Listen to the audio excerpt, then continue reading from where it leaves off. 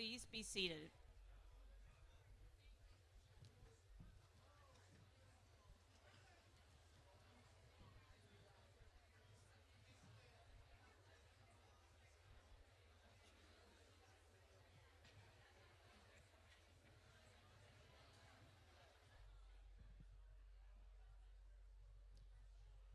Graduates, members of the faculty, staff, distinguished guests, alumni, family, and friends. It is my distinct pleasure to welcome you to the 74th commencement of Mitchell College.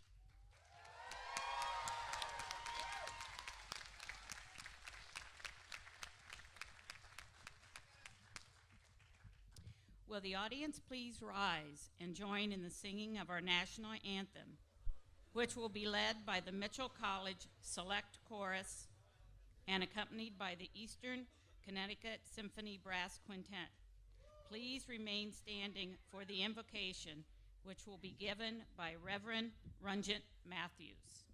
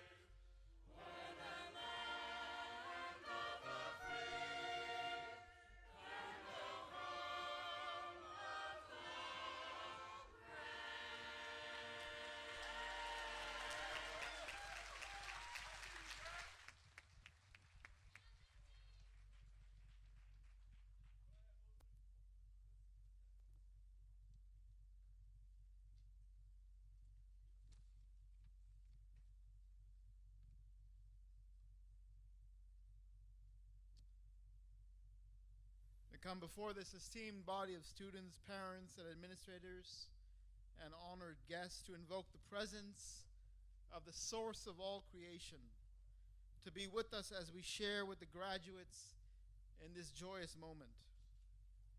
We invoke very intentionally the name that is above all names. May God so bless this commencement of this forward-looking institution and on its mission of celebrating the power of unique minds.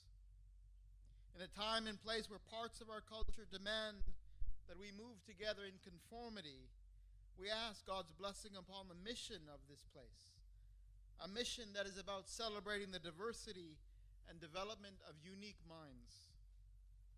We ask you, dear God, to bless these graduates of Mitchell College who have engaged in rigorous study here, of opening their minds and souls to new learnings and questions.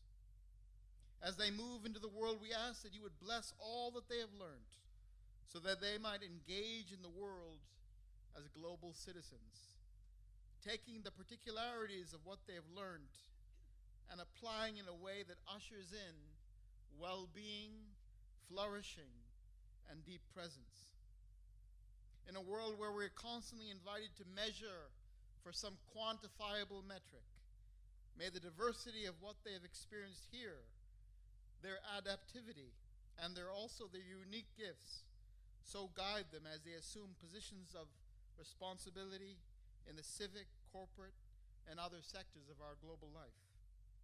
From the critical questions and inquiry that you have pursued, may you bless these students, these creative thinkers, into the next phase of their lives, with the wisdom and humility to be reflective and thoughtful. Amen.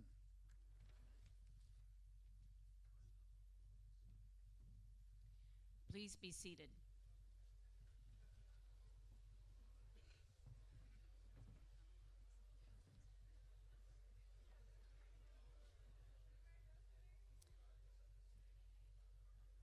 It is now my pleasure to introduce Janet Steinmeier, our president of Mitchell College, who will deliver the presidential welcome.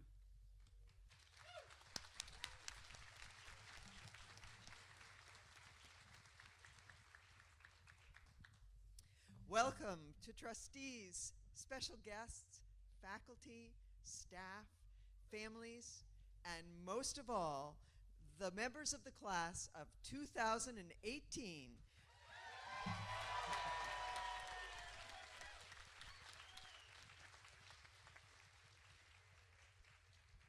To this ceremony and celebration. Commencement is always a special time on a college campus as it pays tribute to 4 years of accomplishment. Yet this year is especially special for me as it's my 4th year as president. So you are the class that was new to Mitchell when I was new to Mitchell, and who consequently I've had the privilege to know over your entire career here at the college. Since 2014, when I attended my first graduation at Mitchell, just before I became president, I've been struck by an extra dimension to the graduation ceremony at Mitchell. There's a reason that people first attend a Mitchell graduation come up to me and tell me it stands out as one of the most affecting they'd ever been to. So I've set out over the past few weeks to define what that is, taking a page from all of you and crowdsourcing the answer with everyone I talk to, be that students on a spring day, my colleagues in Mitchell Hall, our guests at Tailgate and Celebrate, or faculty watching as Mitchell won the baseball championship.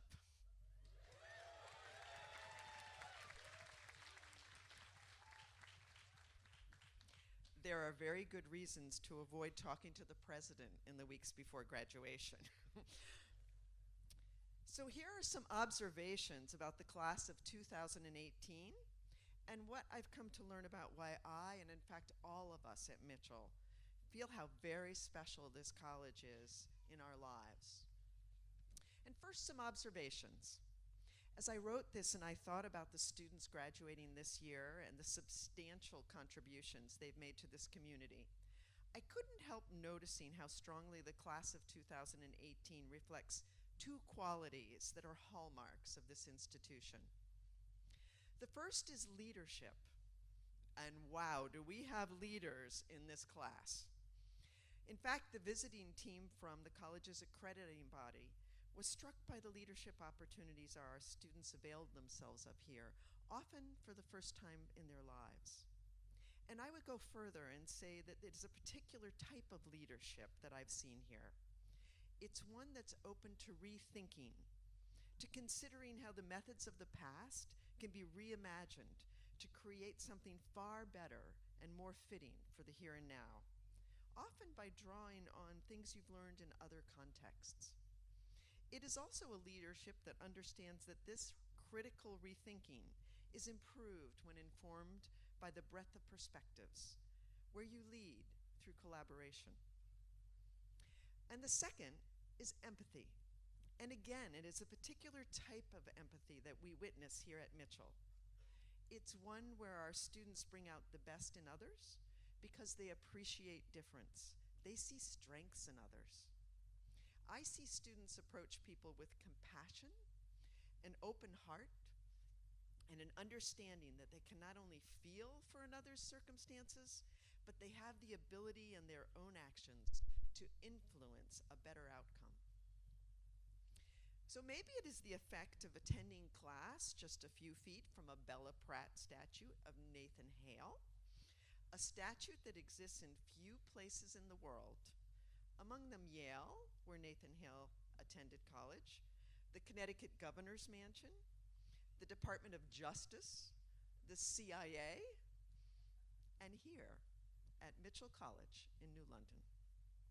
How can you not be empathetic being schooled in a community that pays tribute to a 21-year-old Revolutionary War hero who regretted, but he had one life to give for his country?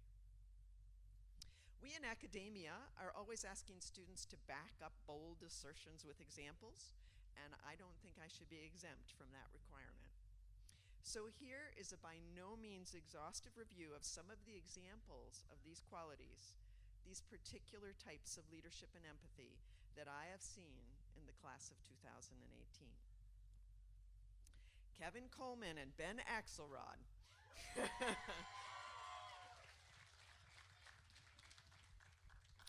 I've had the pleasure of watching as you reinvented the concept of campaigning for student leadership positions on campus, reconceiving the napkin holder in the dining hall as a place to put political posters.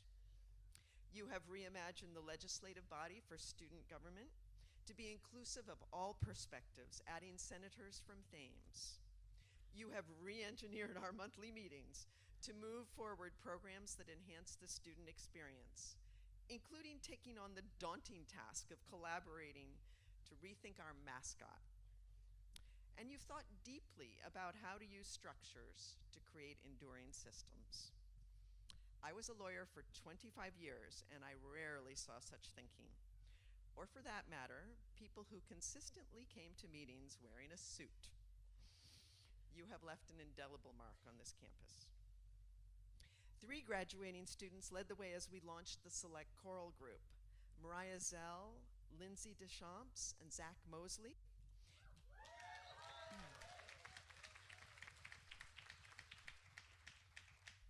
Your performances of Zia's theme and Just a Kiss at the first ensemble concert in December showed pioneering courage in performing challenging pieces and illuminated for the campus what the beauty of voice can do to enrich a community.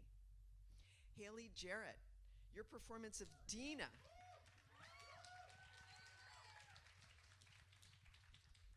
in Almost Maine, where you told a funny story about dating, showed memorable comic timing, and as one faculty member noted, was the moment you became a true storyteller, not fearing to be genuinely funny and genuinely vulnerable at the same time.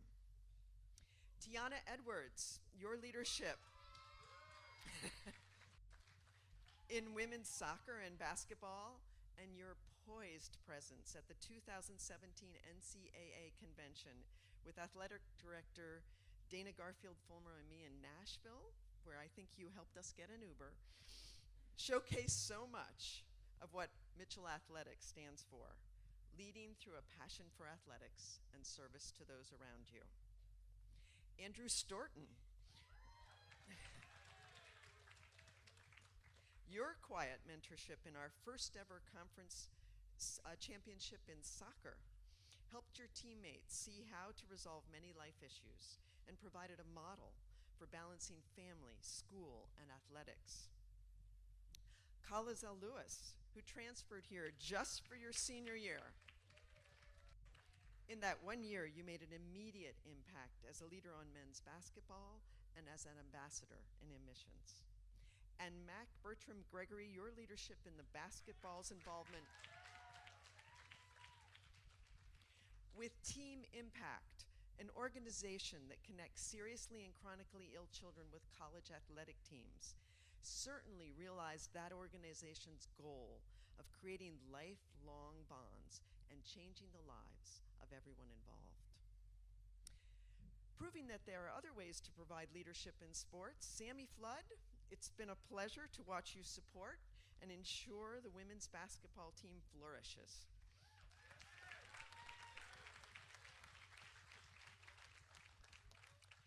As their manager, you brought energy, and I would say a signature sense of humor, to lift players' spirits and therefore their practices every day. And as a fellow runner, I can't help but appreciate the dedication, determination, and downright hard work Spencer Farah brought for 4 years to the cross-country team.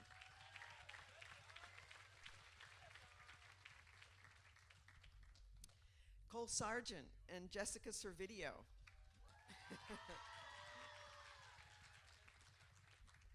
I've seen firsthand the results of your good work in our new preschool, the Children's Learning Center.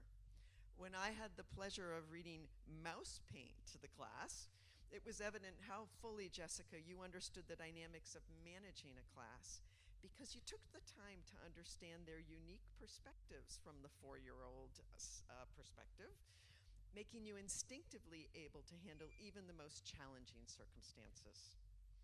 And Cole, your patient, intuitive understanding of families gives you tools to deal effectively with parents, and the reward of children showing palpable excitement when you walk into the room.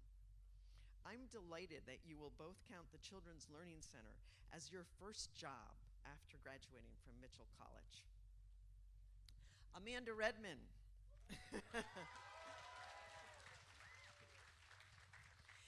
Not only have you taken Mitchell Radio to the next level with a new music format to appeal to a broader audience, you've also assured its continued success by mentoring its next generation of leadership. As one faculty member noted, Amanda's been a fun and personable leader who takes initiative to continually improve everything about the radio and to solve problems before anyone knows they exist. She is truly that rare colleague that makes things easier for the people who depend on her. But I personally will always remember the warm wishes you extend to everyone on campus, faculty, staff, students, me, with your characteristic hugs. Somehow you always read us well and know when we need one. Morgan Breakiron, thank you for your leadership as a resident assistant at Thames. Brianna Williams, for your quiet and thoughtful observations. And to Jessica O'Connor, for all your roles on campus. As a scientist exhibiting your research on recently discovered marine animals in Long Island Sound, as a transition mentor facilitating class discussions with unpredictable variables, not always easy for a scientist, as a learning assistant, an advisory council member, a resident assistant, Jessica, you seem to be omnipresent this year. And finally, I will never forget the leadership in athletics exhibited by Garrett Griffin and Kyle Hartenstein.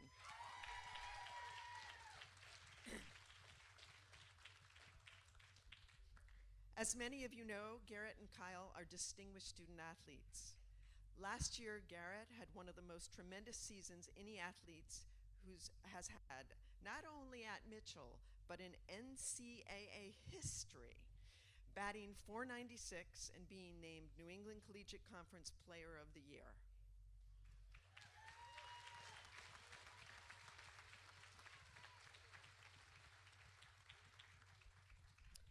This year, Kyle will walk across the stage as the all-time hits leader for Mitchell College baseball and Mitchell's first Division III All-American.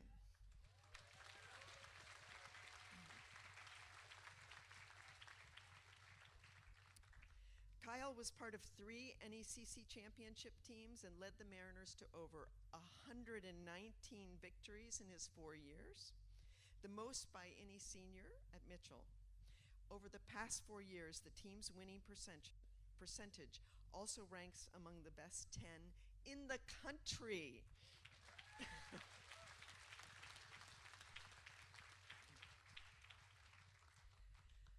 But I will remember even more vividly an extraordinary call I received from the president of Newbury College, asking if he could reach out and thank Garrett Griffin and Luke Nerney for the extraordinary sportsmanship they exhibited after a Newbury pitcher had been hit in the eye by a ball and was risked losing his eye.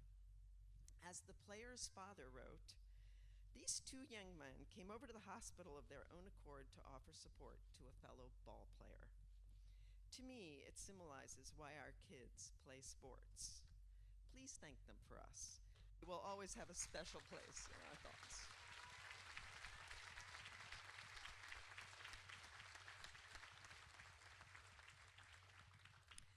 I wager to say that I'm not the only one who will always remember this, and that Garrett and Luke changed quite a few people's lives through the power of empathy. by imagining what that might have felt like and doing something to change a moment of potential tragedy into an uplifting moment of meaning and of grace. Thank you for that.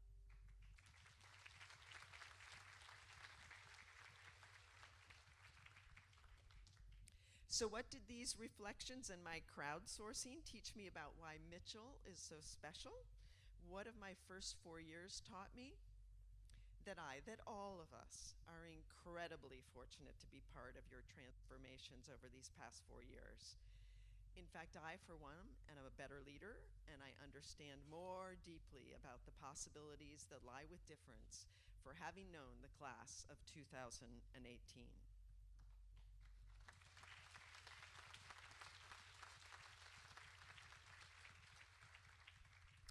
That the memories embedded on this beautiful historic campus will forever reverberate with all that you've accomplished here. You will always be part of the fabric of Mitchell College. And that the understanding of the stories of each of you in which we were privileged to play a part will continually enrich our lives in a way possible only in such an embracing, small environment like this little gem on the Thames. It's especially rich to share this moment with the faculty and staff who are so deeply devoted to your success, the family members who've witnessed your growth more comprehensively and profoundly than we have, and your friends who've helped you chart new paths and find new ways to lead and advocate with the actions for others for whom you show such remarkable understanding. So I leave you with this thought.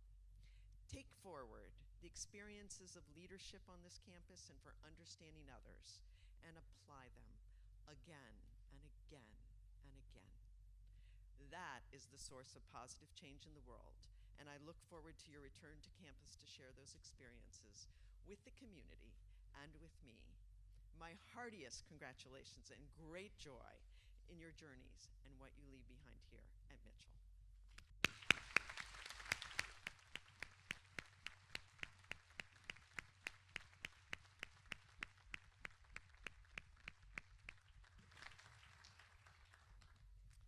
And now it's my pleasure to introduce a person whose determination and dedication to improving the lives of others has helped shape her successful career in higher education, along with her research on the intersection of law, economics, and public policy within the context of the built environment.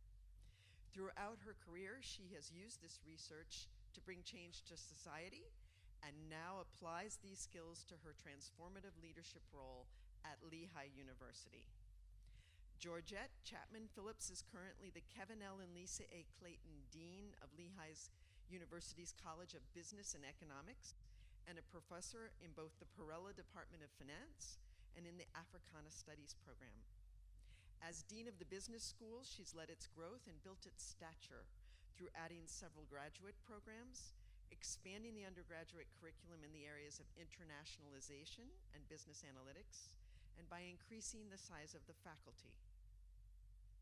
You may be surprised to learn that Mitchell College and Lehigh University enjoy a shared history dating back to the 1950s.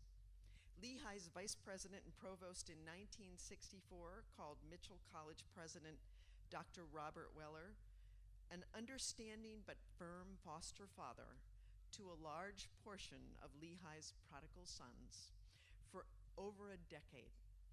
After spending time at Mitchell College, students would then return to take their Lehigh degrees and to go on to successful careers or further study, at one time making Mitchell the source of some of the most successful students at that university.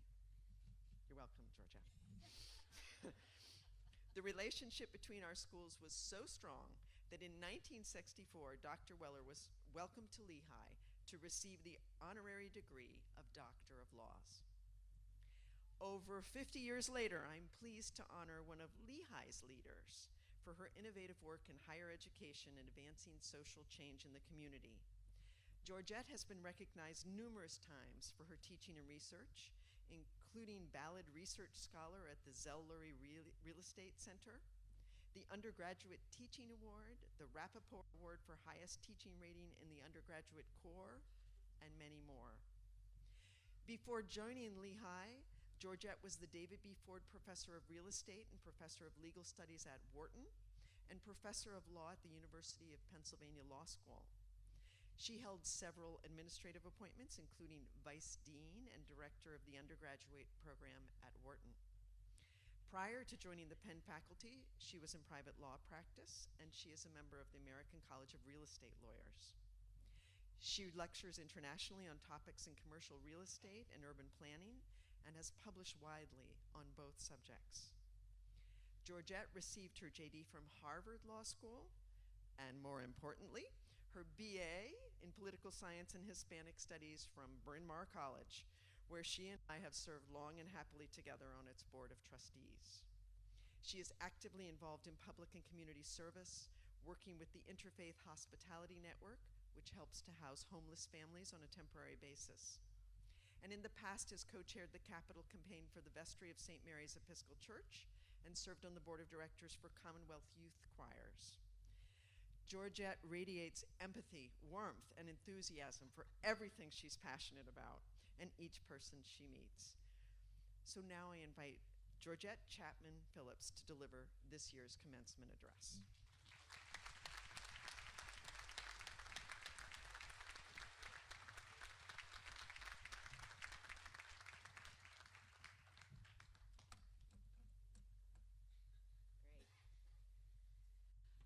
Well, thank you so much, and I am so absolutely thrilled to be here today. Excuse me, I have to flip the book, or I'll just use my own.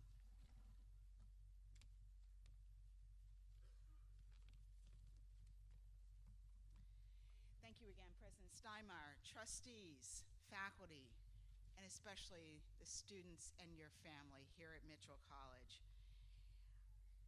As Janet noted, I think it's worth saying again, there's a special link between Mitchell College and Lehigh University.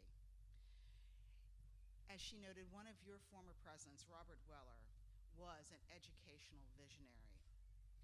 I need to quote from his obituary to do him justice. His administrative and pedagogical philosophy reflected his faith in a person's worth. President Weller had a willingness, even an eagerness, to give everyone a chance for intellectual development and personal improvement. In recognition of the heretofore untapped reclamation of human potential, he was accorded that honorary degree of Doctor of Laws in 1964 by Lehigh University. Today, I stand here on his shoulders. You know, I get misty-eyed at every commencement. I don't even have to know anybody that's graduating. I hear the strains of pomp and circumstances, and the tear ducts just get rolling, and they did today, just that sound. And you know, when I was writing this speech, I was trying to figure out what's going on here. Why do I get so emotional? And it's because I'm reacting to an aura that's in the air, much like the notes, the dissipating notes of pomp and circumstance. There's something that is hanging here in the air. And as I thought about it, it's the aura of accomplishment, mixed with equal parts of nostalgia and fear. I want you to think about that for just a minute. Accomplishment mixed with nostalgia and fear. You're thrilled with what you've done, but at the same time, there's a willfulness when you remember what it took to get you here.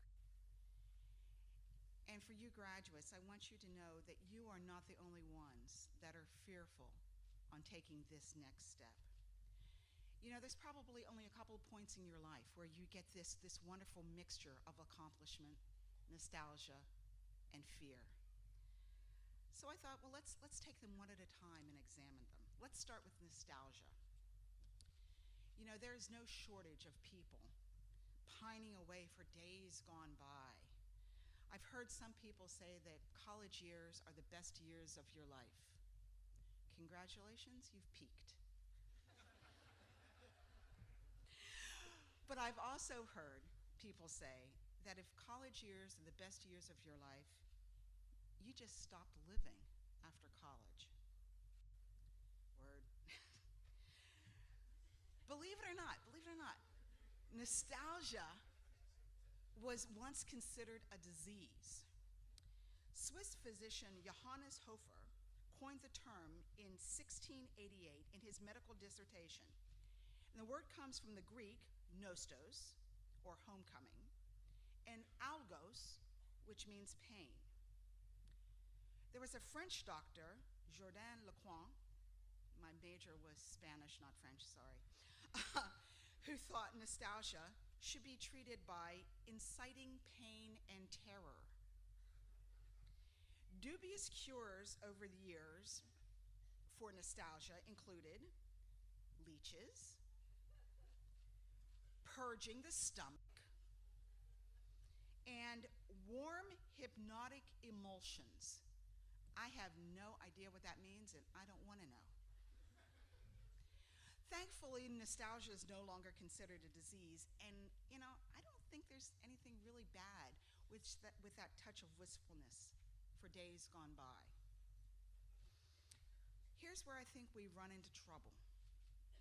When we let those rose-colored glasses of our memory construct an idyllic substitute for the messy reality of the days as they were actually lived.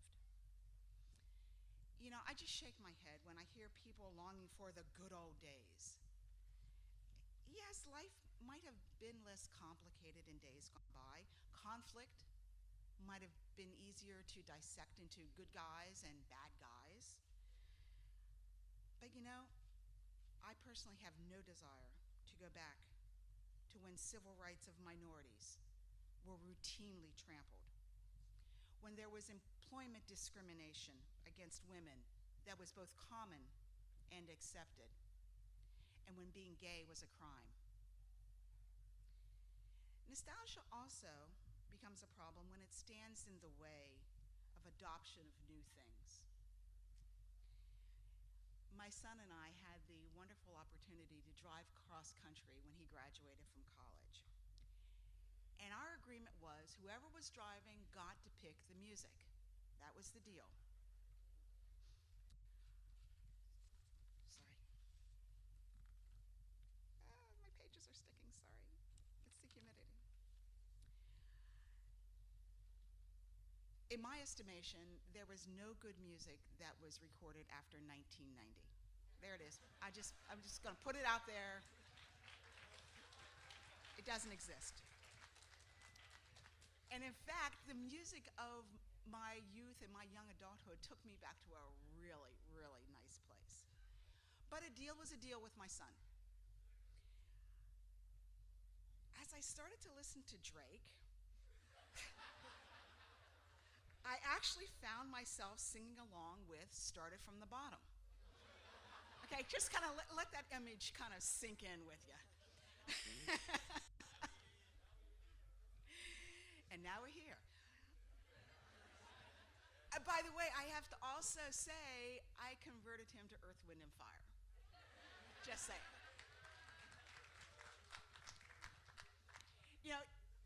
As I was reading about your wonderful college, another way of embracing the new while not forgetting the past is your Red Barn. What a wonderful place. What an iconic place.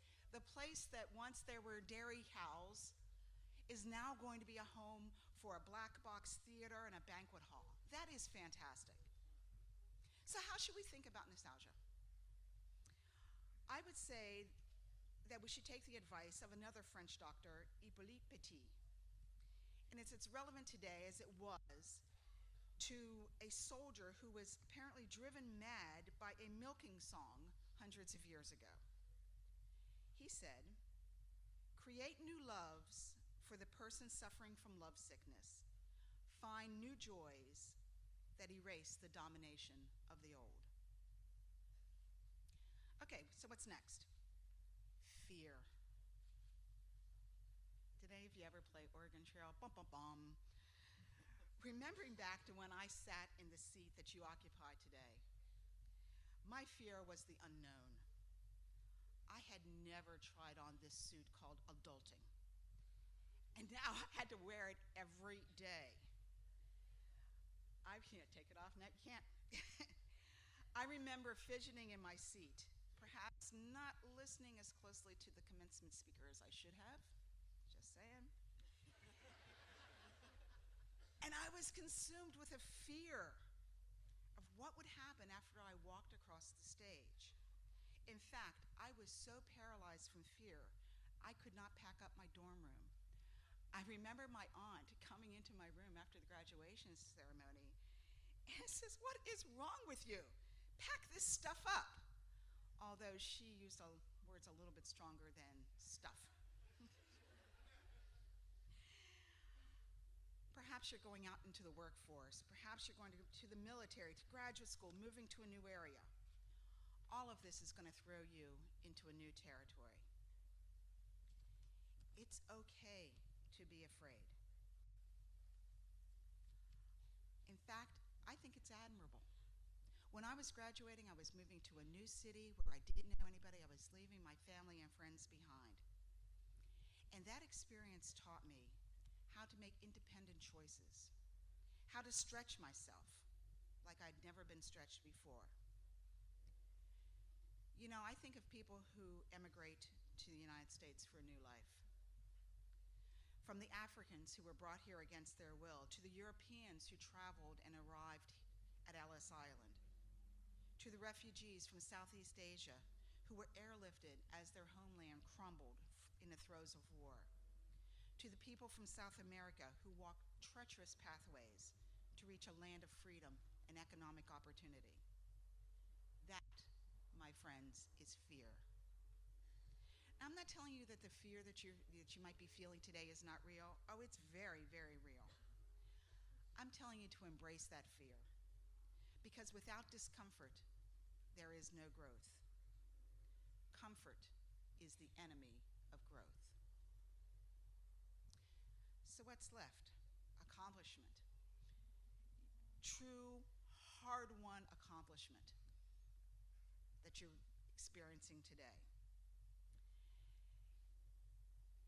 As your president was saying, accomplishment should be a transformative experience.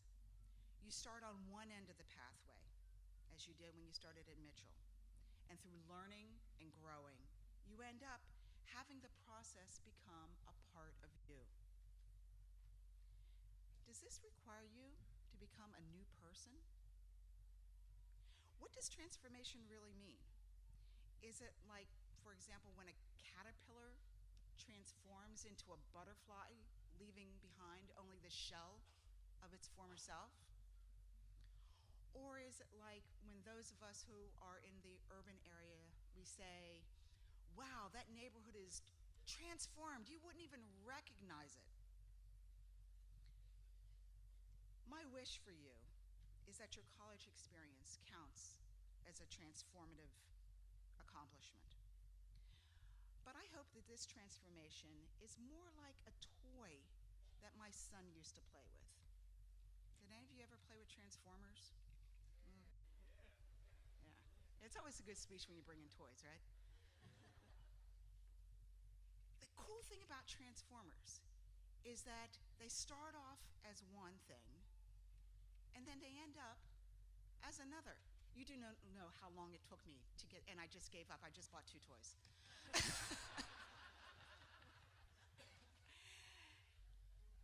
So you start out here, you end here, but it's the same thing, right? Twists and turns, they have great, great sayings. I just love these. We will put out the fires of evil. Let's hit the road. We have a planet to save. And my personal Transformer favorite, all hands to combat. I will lead all to freedom with intelligence. Today, you're all Transformers in a way. We're going to celebrate that superhero spirit that resulted in your academic and professional accomplishment. You know, I'm sure that your Mitchell diploma is not your first accomplishment, and nor will it be your last. I can also assure you that along the way, of many, many more accomplishments in your life, you're going to have your share of dumpster fires. There's going to be professional success, personal milestones, perhaps an advanced degree in your future. I was thinking about the accomplishments that I've had, and honestly, my greatest accomplishment was not an academic accomplishment. I'm sorry, Professor Steinmeier, it wasn't. It was not a professional accomplishment. One of my most satisfying accomplishments was in 2012 when my husband and I successfully made the summit of Mount Kilimanjaro in Tanzania. Yeah.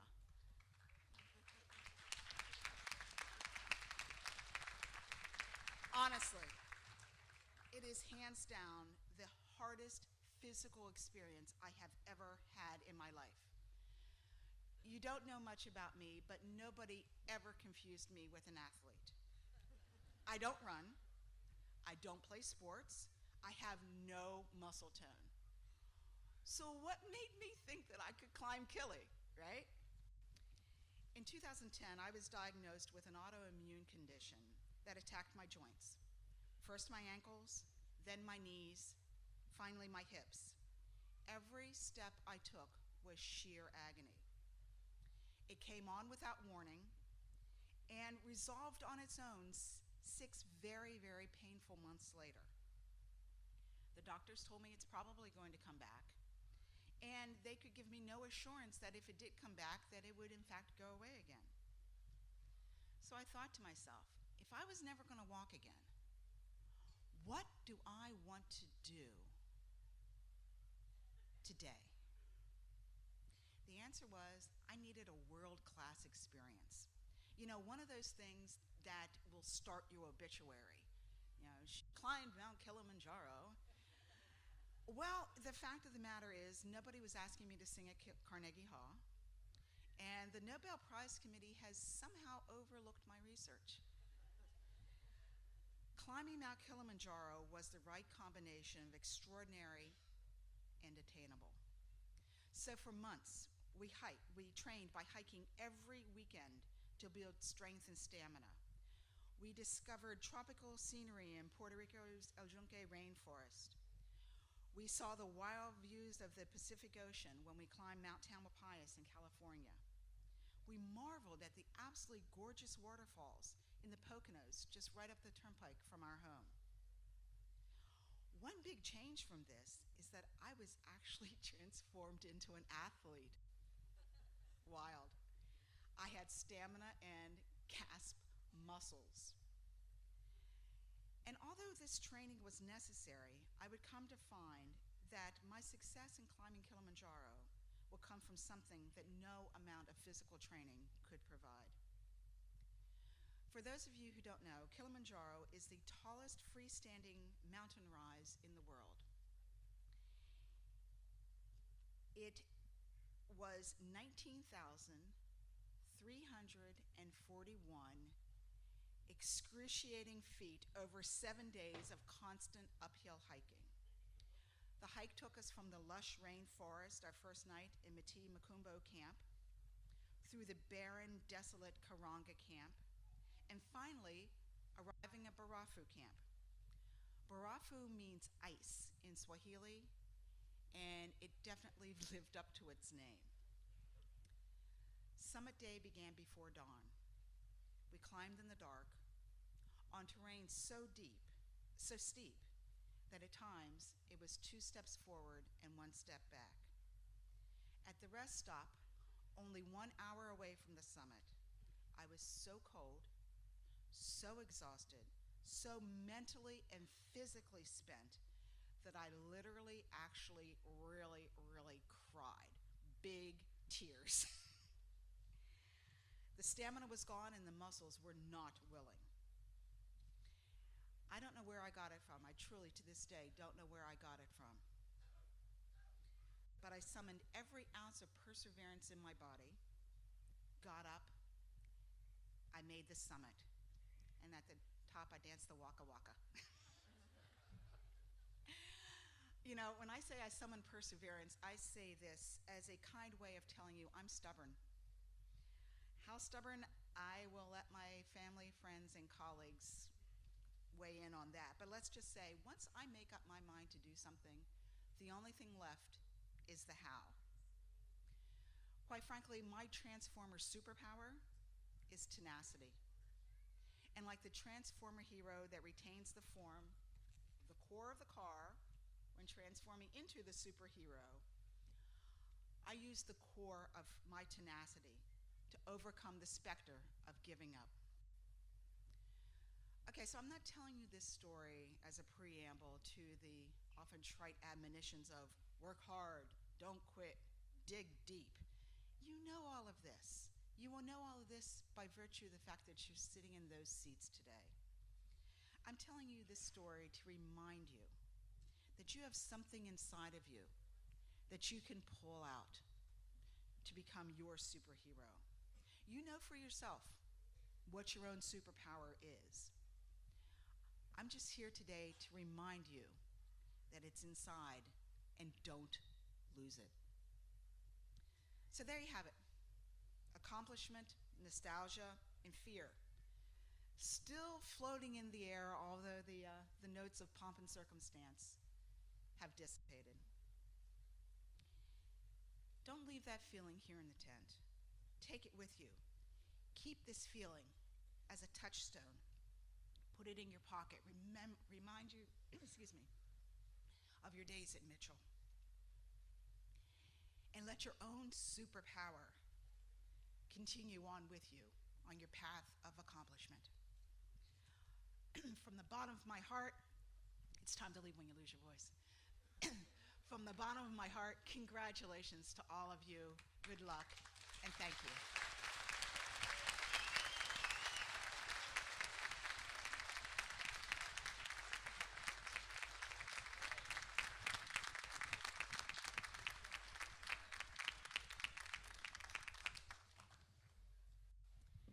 Thank you, Ms. Phillips, for your inspiring remarks.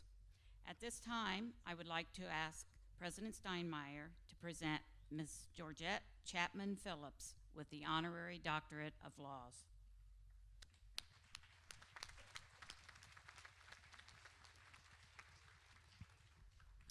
Georgette, for your accomplishments which serve to inspire others and for your dedication to social change, we are proud to honor you today. Joining me to present our honorary degree is Chairperson of the Mitchell College Board of Trustees, Mr. Kevin Hennessy, and Dean of the College and Vice President of Academic Affairs, Dr. Catherine Wright.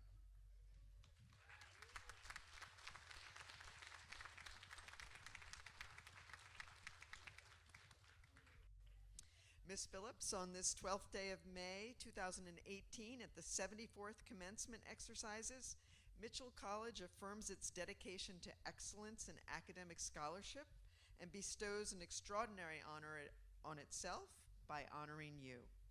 By virtue of the power vested in me by the state of Connecticut and by the trustees of Mitchell College, I confer upon you the degree of Honorary Doctor of Laws. And as a symbol thereof, I now request that the doctoral hood be placed on your shoulders by Dean Wright.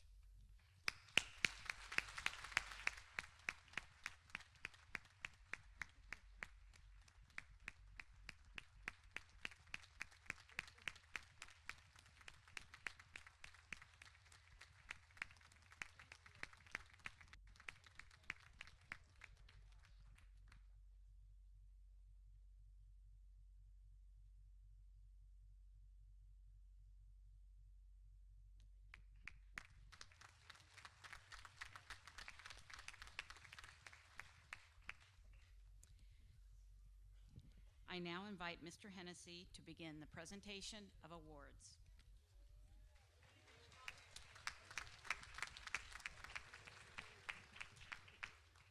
Thank you, Dean Wright. It is my privilege to present the awards for academic achievement.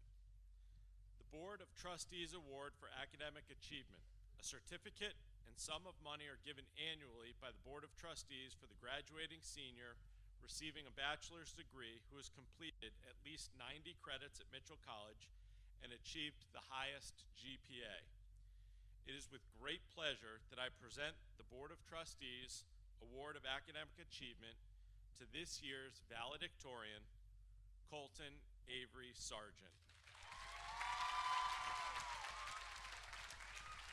Colton, please come forward to receive your award.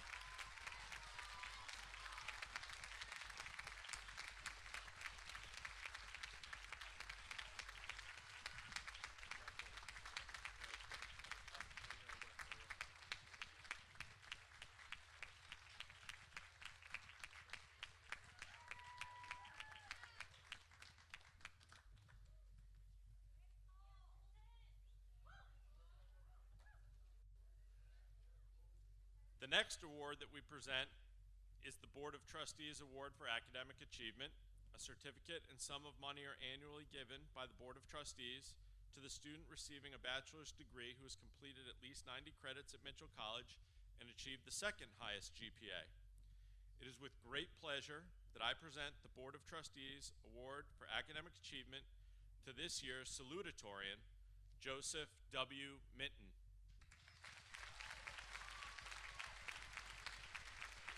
Joseph, please come forward.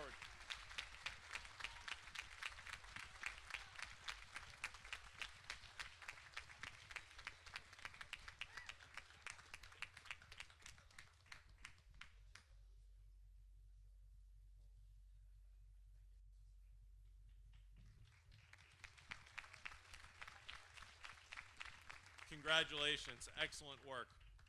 And now Dr. Catherine Wright will present the Faculty Awards.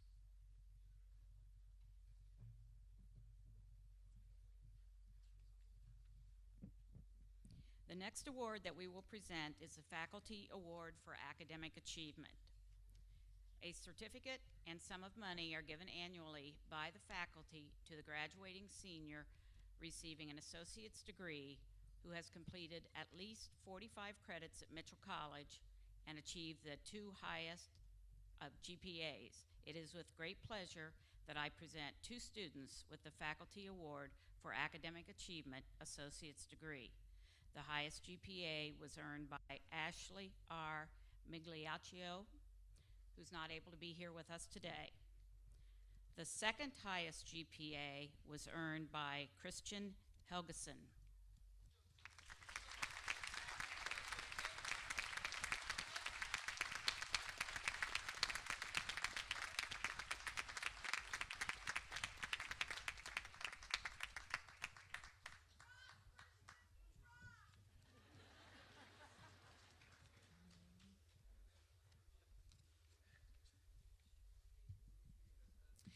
At this time, I would like to ask President Steinmeier to come to the podium to present the Distinguished Alumni and Service Awards.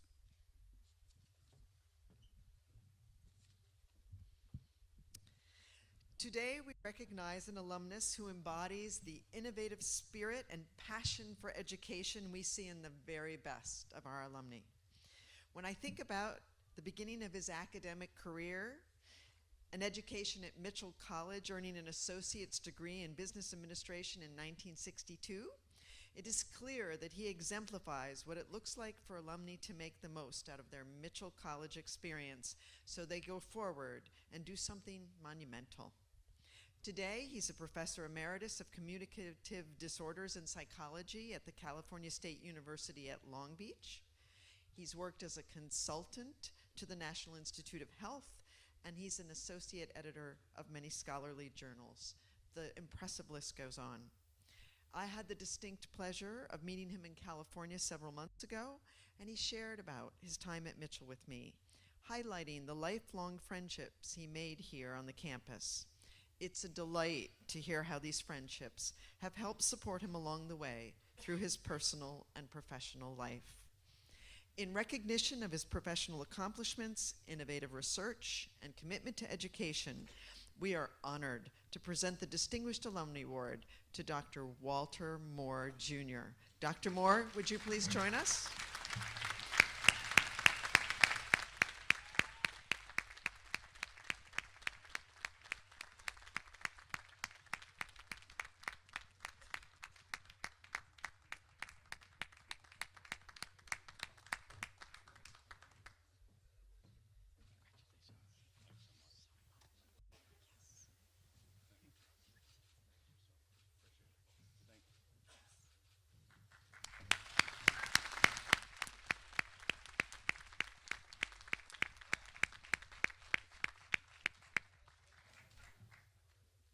Now we present our first Distinguished Service Award to a person who has had a profound impact on the Southeastern Connecticut community.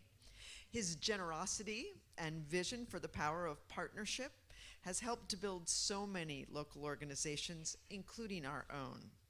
He works hard as the president and chief executive officer of Sea Research Foundation to ensure that the Mystic Aquarium is a key destination that encourages experiential learning for families and students from all over.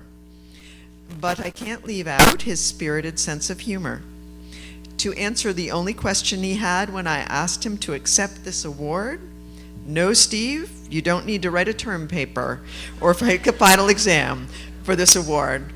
Dr. Cohn, could you please join us?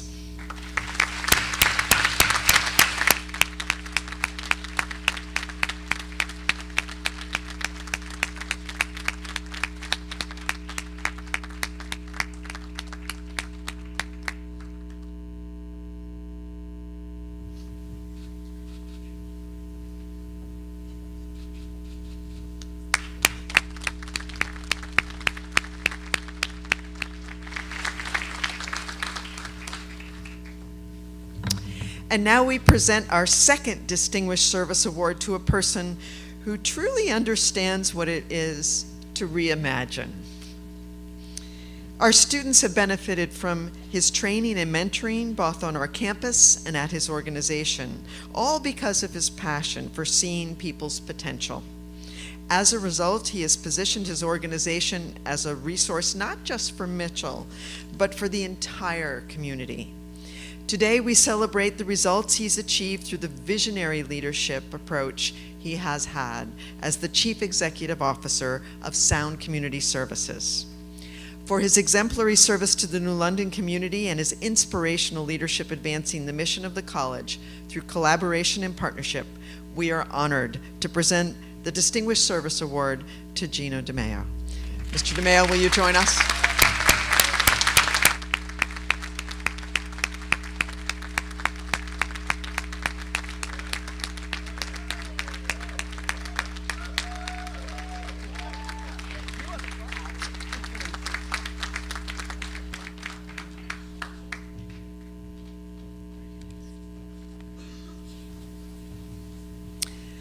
At this time, I'd like to honor two other people. Mr. George Wesner, could you please stand?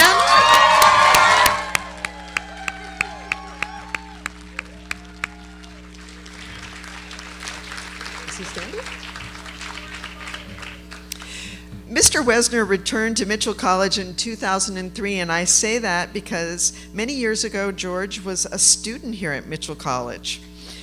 But he is now the chair of the Department of Law and Justice Policy Studies. After fulfilling the criteria for a new rank based on the recommendations of a committee of his colleagues and the dean of the college, Professor Wesner has been moved from the rank of assistant professor to the rank of associate professor. Congratulations, George.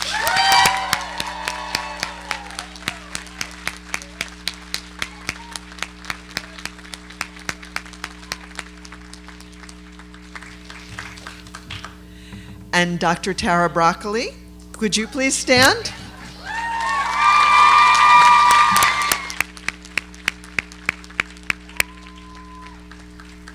Tara arrived at Mitchell College in 2008 and earned her rank of associate professor in 2013.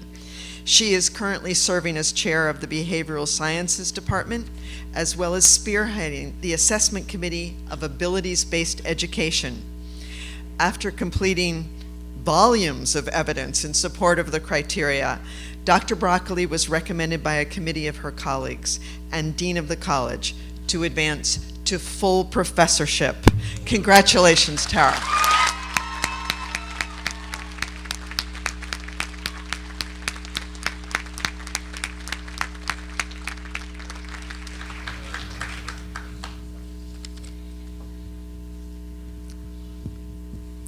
This year, we will be welcoming two student speakers. Benjamin Axelrod will speak first, and Colton Sargent will speak after the conferring of degrees. I would now like to introduce Benjamin Axelrod, class of 2000, to deliver the student address.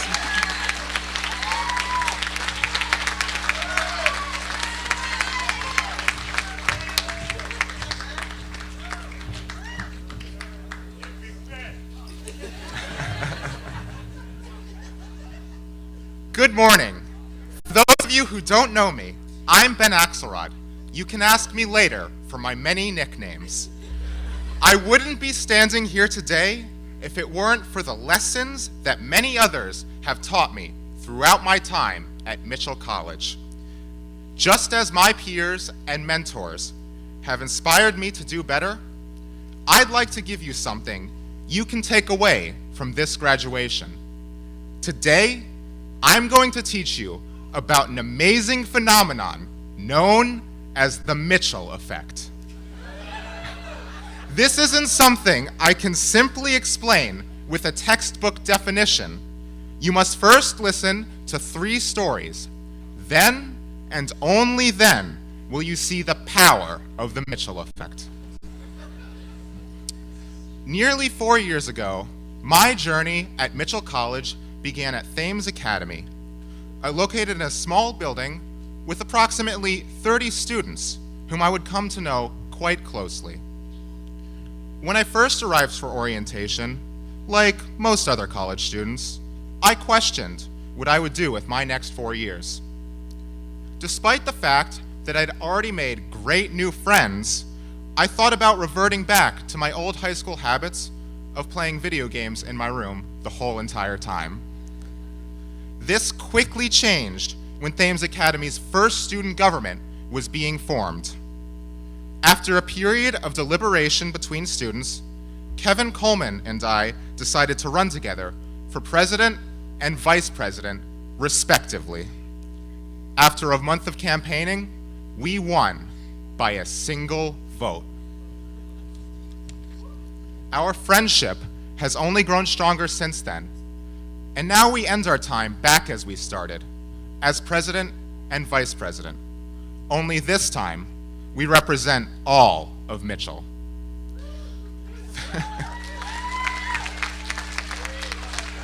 Thames Academy helped me find my voice, and for those who know me, I make sure never to lose it.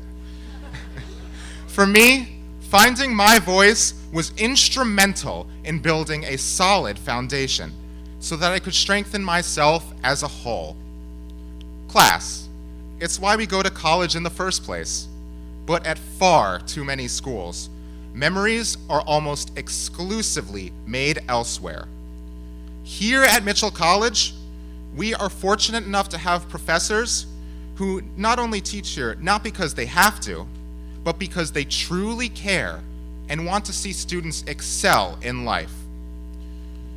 We have a wide range of professors here who each engage students in their own unique manners, whether it be through witty remarks, facilitating fiery debates, or allowing students to teach lessons themselves.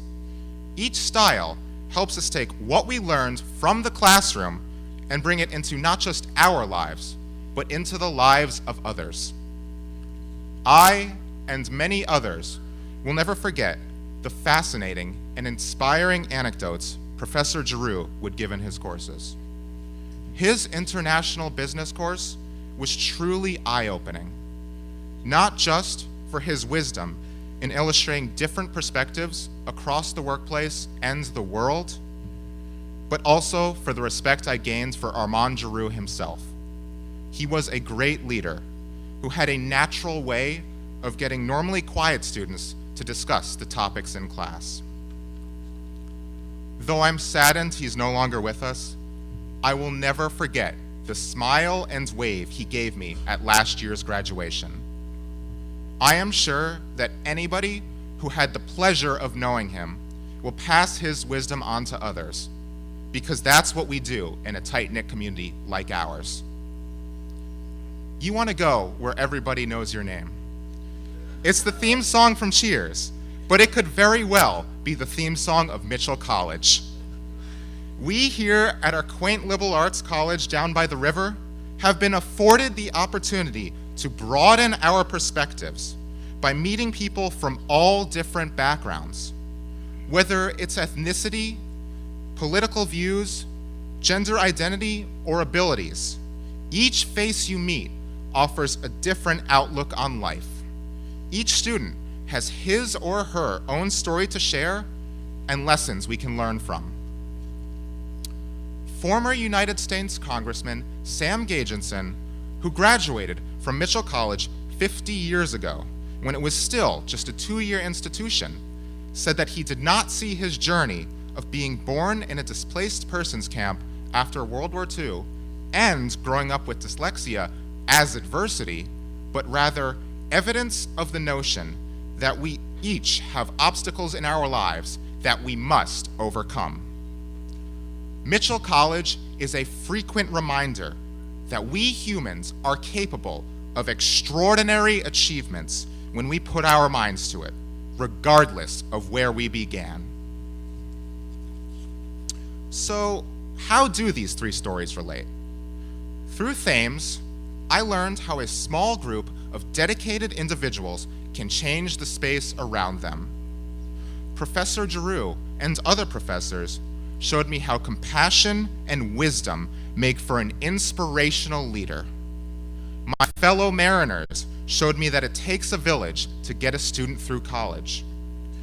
Mitchell College will forever be in my memory for opening up my mind and assisting me to become who I was meant to be and find my way. So please, when the ceremony is over, take the time to talk to someone you've never met before and ask them what their takeaway is from their time at Mitchell. And don't let it stop once you leave here. Never stop engaging one another in the communities in which you live. We all have stories and lessons to share. So together, with our voices, let's better each other and our world. Thank you.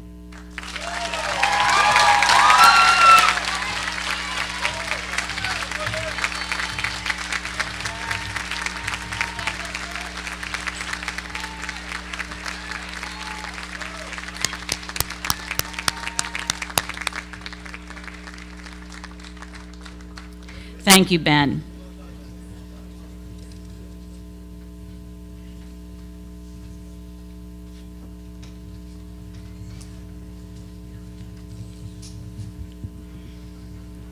Ladies and gentlemen, we will now move to the presentation of candidates for their degrees.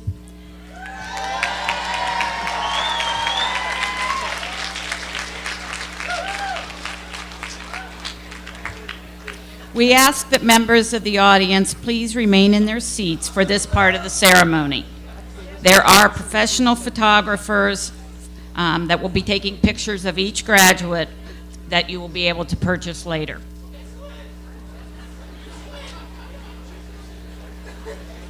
Will the candidates for the degrees of Associate of Arts and Associate of Science please rise?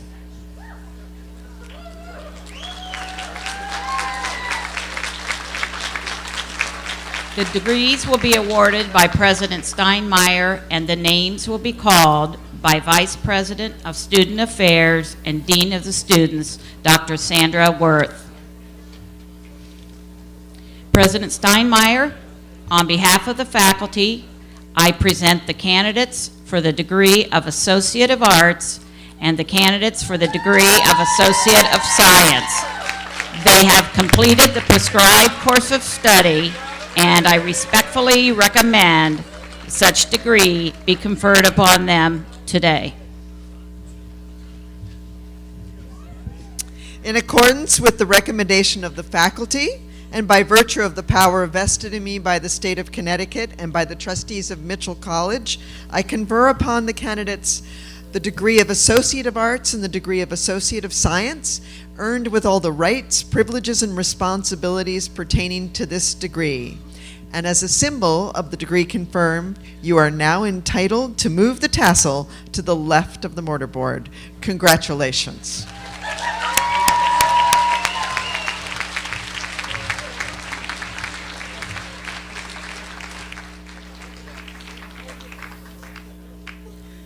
Students who have earned Associates in Arts, Liberal Studies. Michael Allen Boyle, cum laude.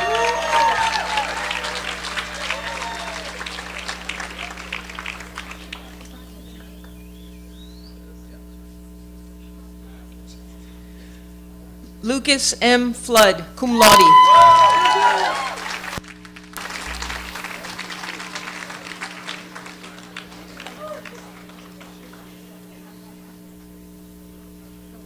Michael Edward Gukin.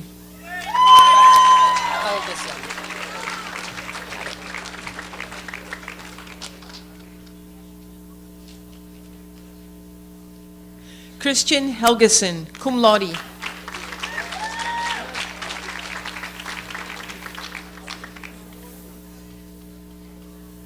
Zachary Ruben Alpern Kuhn.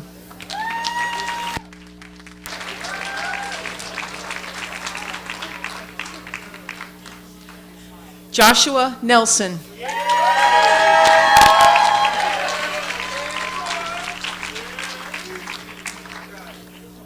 Jessie Rose Oakley.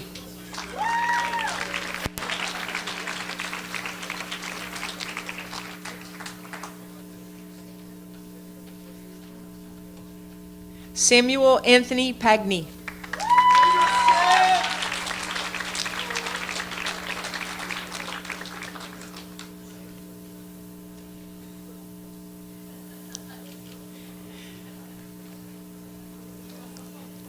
Yuri Ritchie.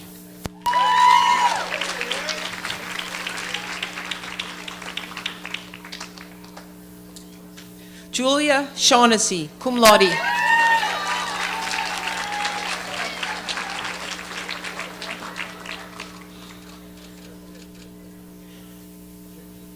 Riley Garrett Shoemaker.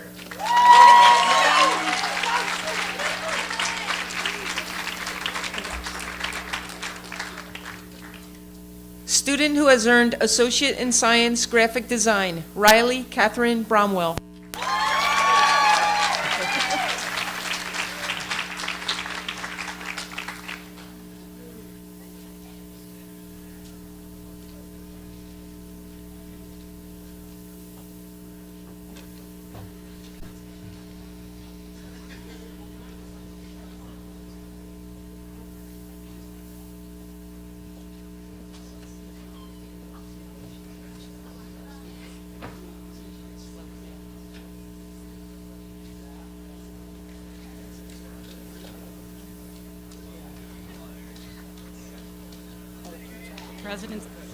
President Steinmeier.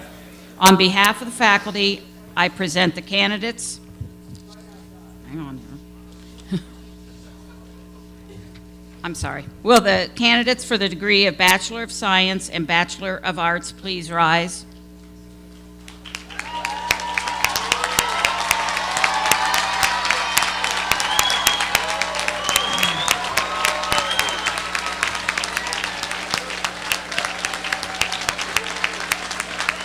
The degrees will be awarded by President Steinmeier, and the names will be called by Dean Worth.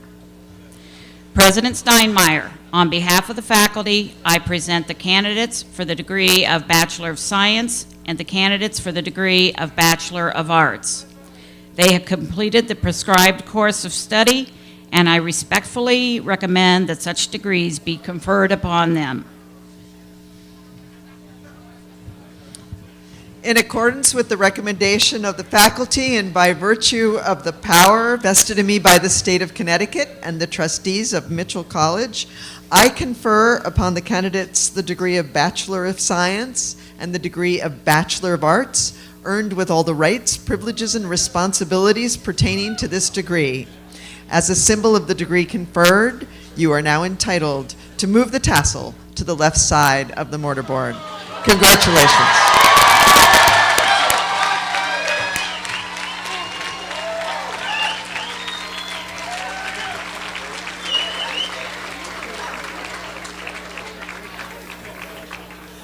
Students who have earned Bachelor of Arts, Criminal Justice.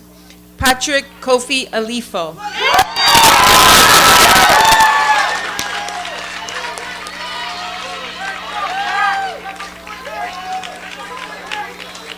Joseph John Balerna, magna cum laude.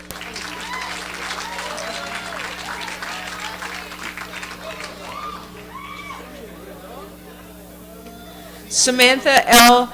Del Conte, magna cum laude.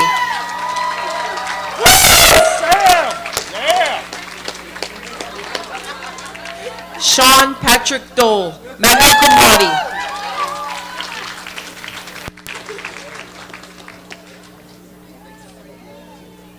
Anthony R. Drake, cum laude.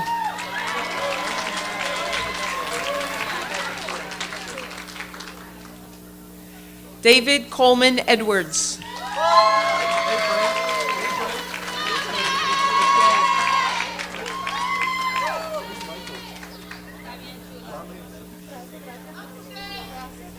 Michael Paul Frosina.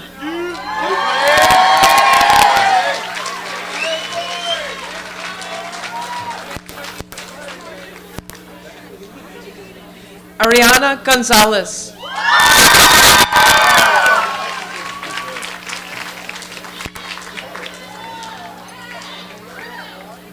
Marcus Alexis Guadarrama.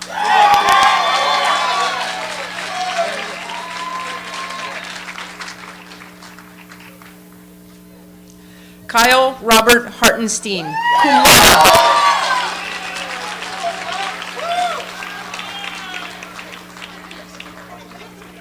Nisa Cheyenne Johnson Smith, magna cum laude.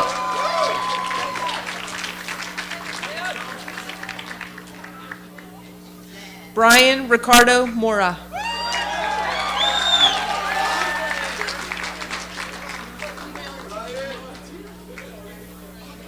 Victoria Marie Padilla.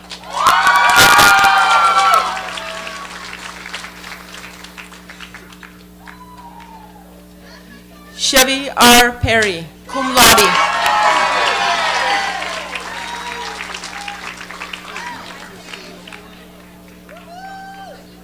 Tishiana S. Prophet.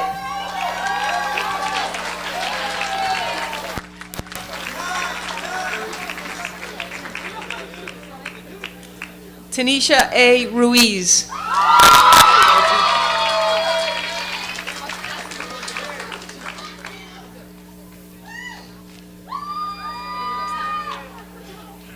Samuel Lee Sibilia, cum laude.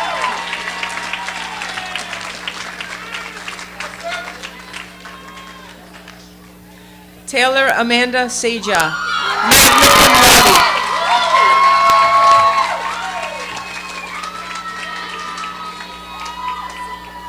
David J. Tewksbury, cum laude.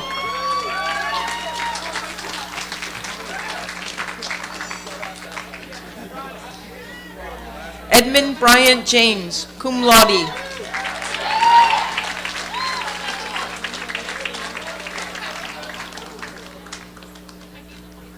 Mariah Nicole Thomas, with a minor in psychology, cum laude.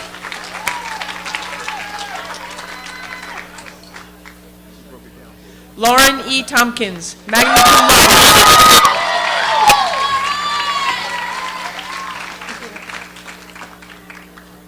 Keenan Sinqua Wright.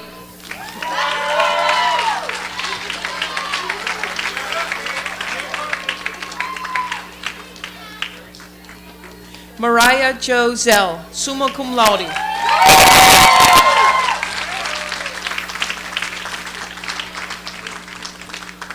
Students who have earned Bachelor of Arts Environmental Studies, Nicholas Michael Kingley.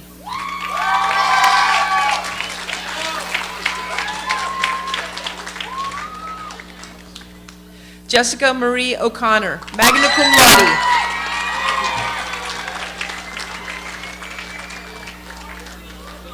Students who have earned Bachelor of Arts Homeland Security, Kevin Yost Coleman.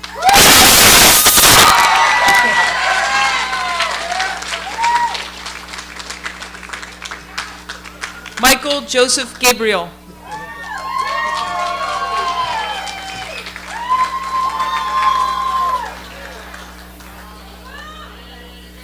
Ziamarie Lorenza Mendoza, cum laude.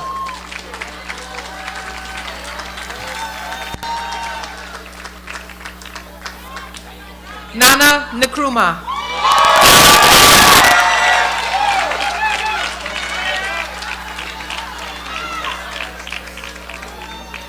Esther Isabel Noel.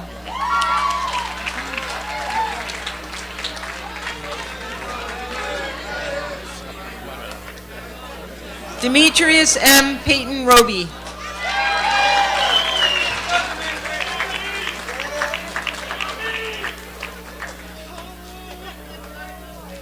Jeff Paul Rodman.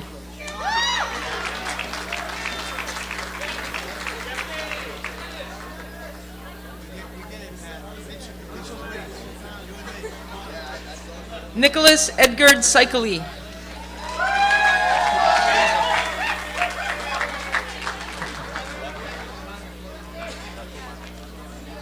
Olivia Rose Tortora.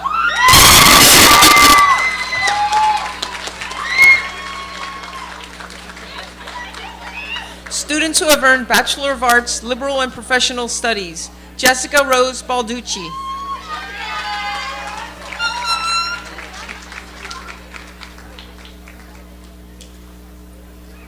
Mac Ryan Bertram Gregory, cum laude.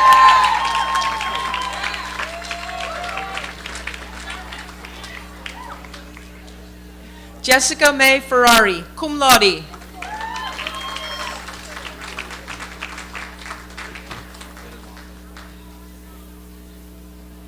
Donald Gregory Kochesberger, cum laude.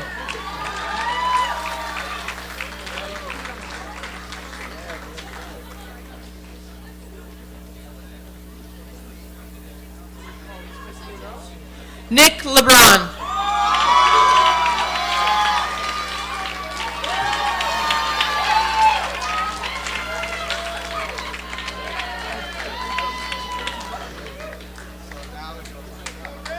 David Nathanson.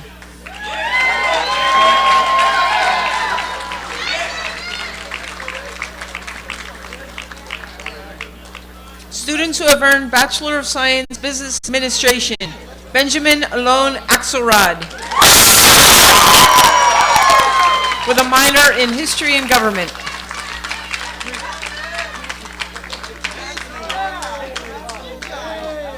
John C. Clark, cum laude.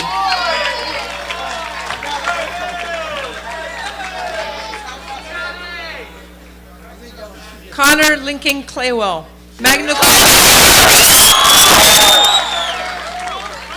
With a K! Patrick Thomas Durkin.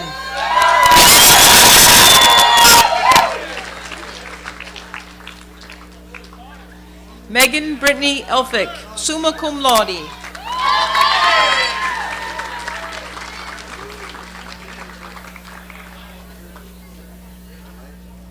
Brighton Lewis Ferris, cum laude.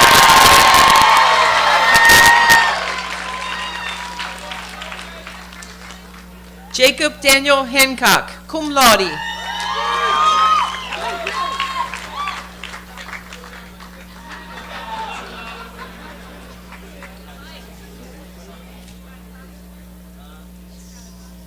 Fiona Erin Herman, cum laude.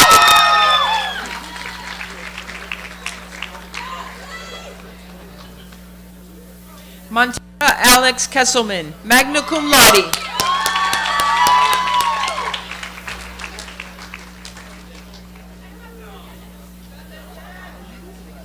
Benjamin A. Kresh, cum laude.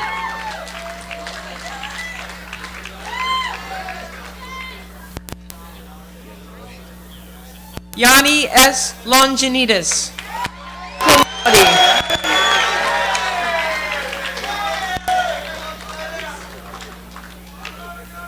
Michael Walter Makowitz.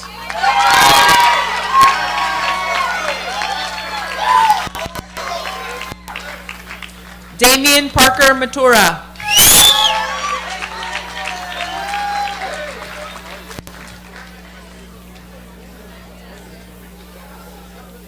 Matthew P. Mendez.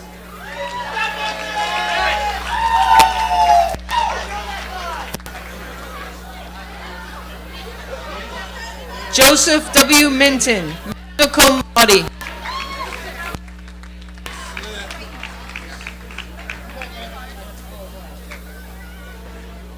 Yves Joseph Montplaisir.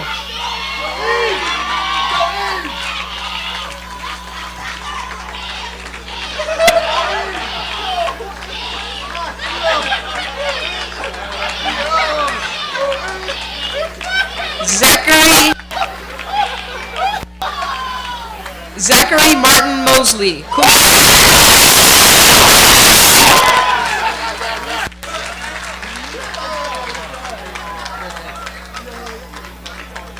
Reese James Nash.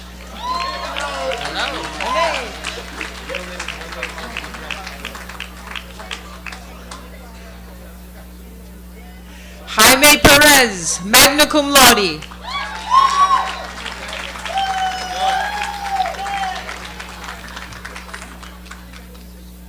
Tyler W. Prue, cum laude.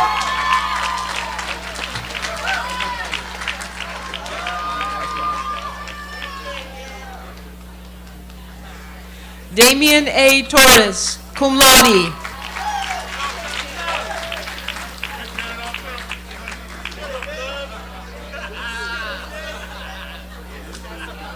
Xavier A. Valise, magna cum laude.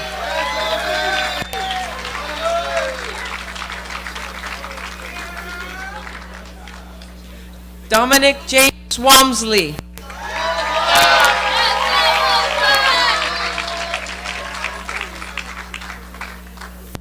Students who have earned Bachelor of Science Communication, Sam Elliott Flood.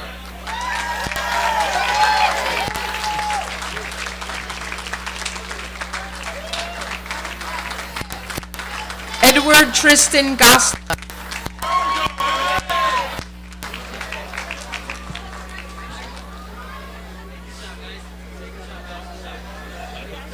Andrew Holzer.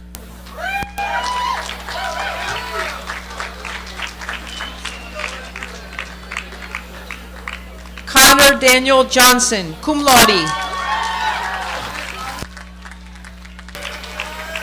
Congrats.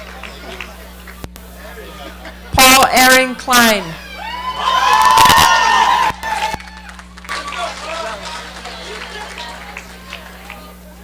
Brendan Wells Pease, summa cum laude.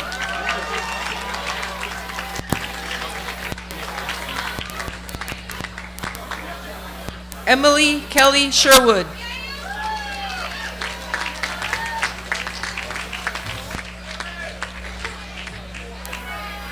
Arthur Allen Spence.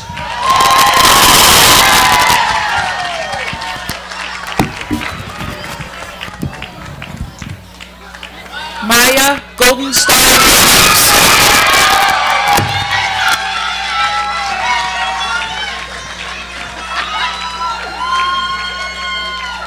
Jed Taylor Young.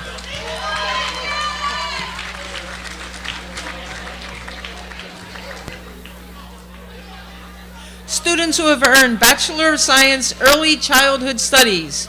Kelsey Jean Bazinet, magna cum laude.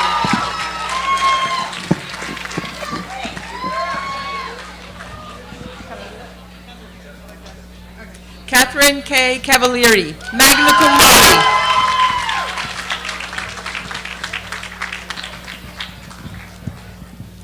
Ashley Ann Johnson, magna cum laude.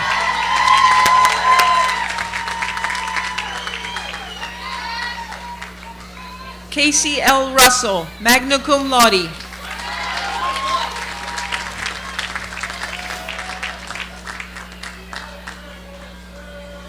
Jessica Marie Servideo, magna cum laude.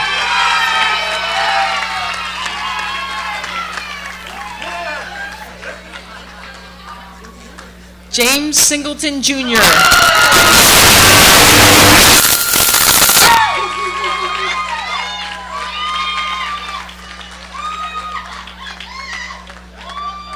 Students who have earned Bachelor of Science, Health Science. Colazel Navarro Lewis, magna cum laude.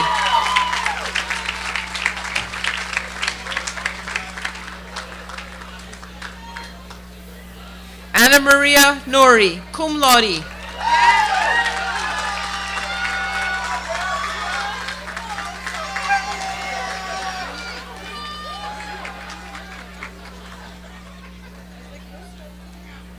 Brianna Alexis Williams, cum laude.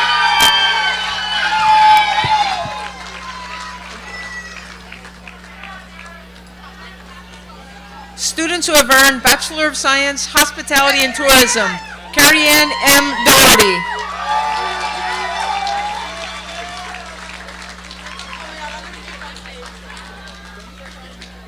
Spencer David Farah, cum laude.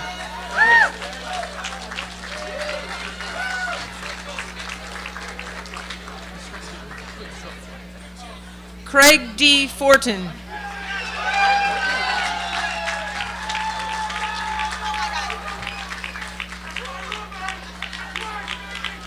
Joshua Mark Hatcher Sneed.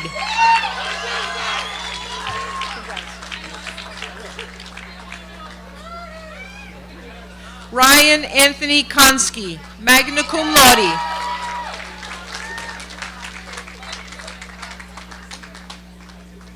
Kayla Elizabeth McCauley, cum laude.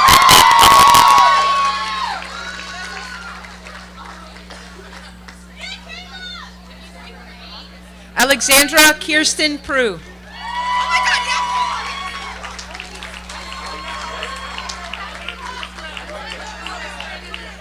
Mark Andrew Volo.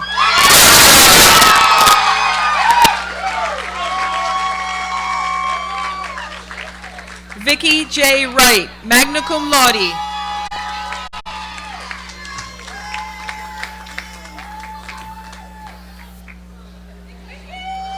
Students who have earned Bachelor of Science, Human Development and Family Studies, Marissa Jane Cosgrove, magna cum laude.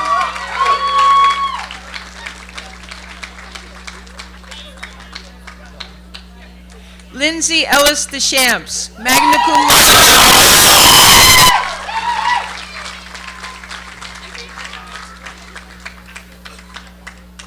Haley Constance Jarrett, magna cum laude.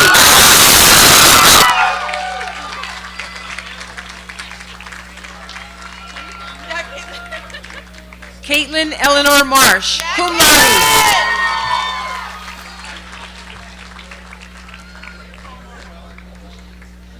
Kelsey Louise Orsini, magna cum laude.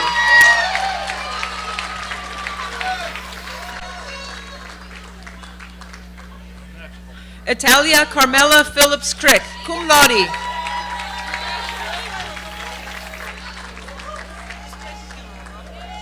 Colton Avery Sargent, magna cum laude.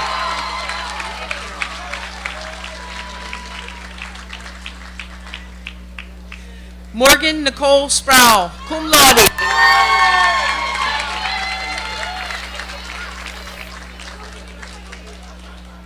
Students who have earned Bachelor of Science, Liberal and Professional Studies, Angelica Mary Artusa.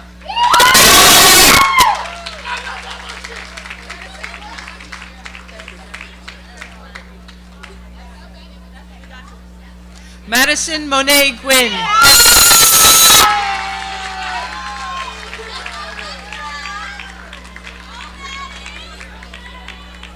Brianisha Latreya Hudson.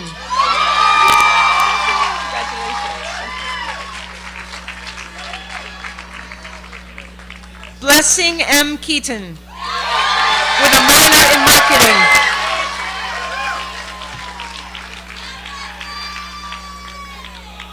Nicole E. Langell.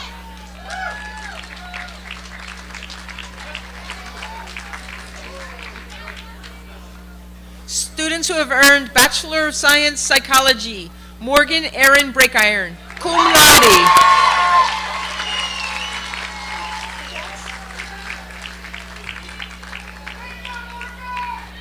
Samantha Lee Goodling, magna cum laude.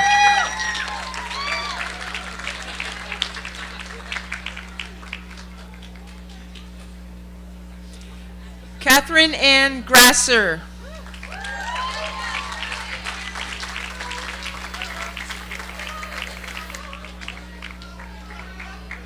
Amanda Casey Redmond, cum laude.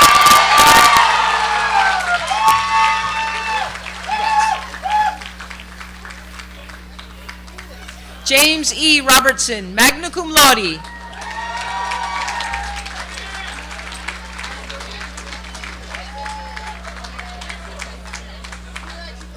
Perry Elizabeth Smith.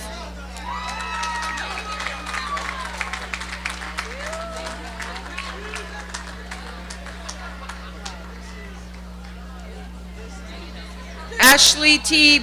Buford.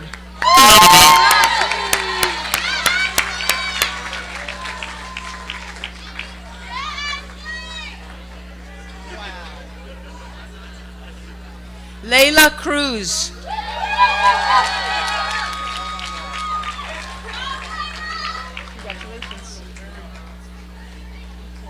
Riley John Donovan.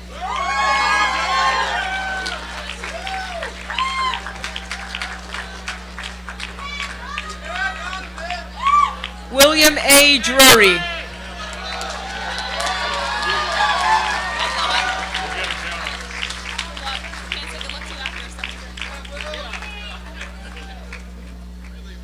Tiana M. Edwards, magna cum laude.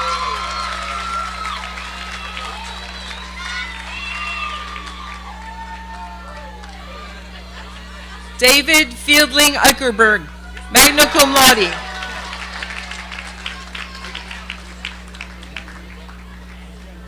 Kyle Joseph Feeney.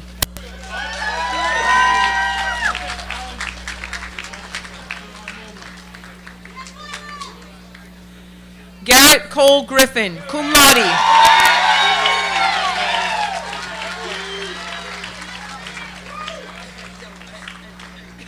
Khalil Asher Holland.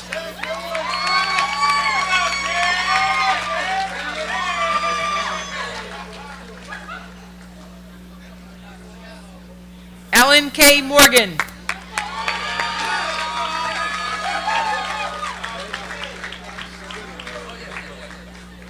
Kyle A. Norton.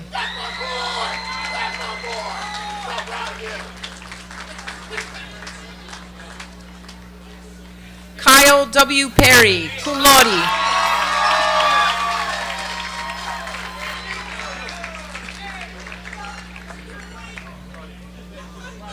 Francis Joseph Predator, cum laude.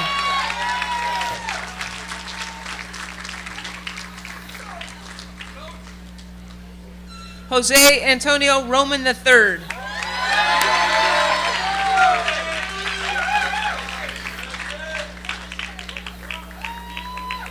Beckett W. Scanelli.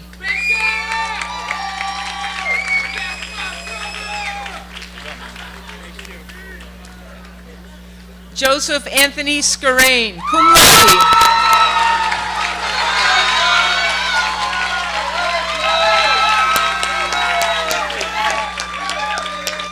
David Joseph Shoemaker.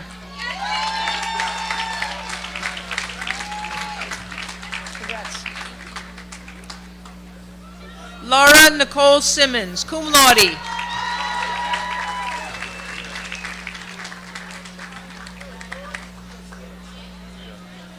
Andrew J. Storton, a minor in psychology, magna cum laude.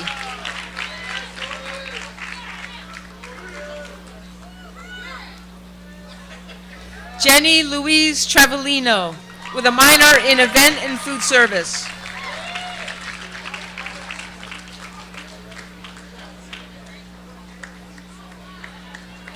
Jaron A. Walter, cum laude.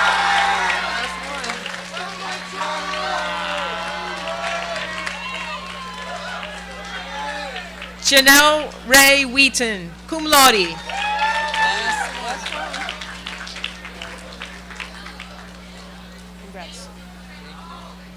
Bravon M. Young.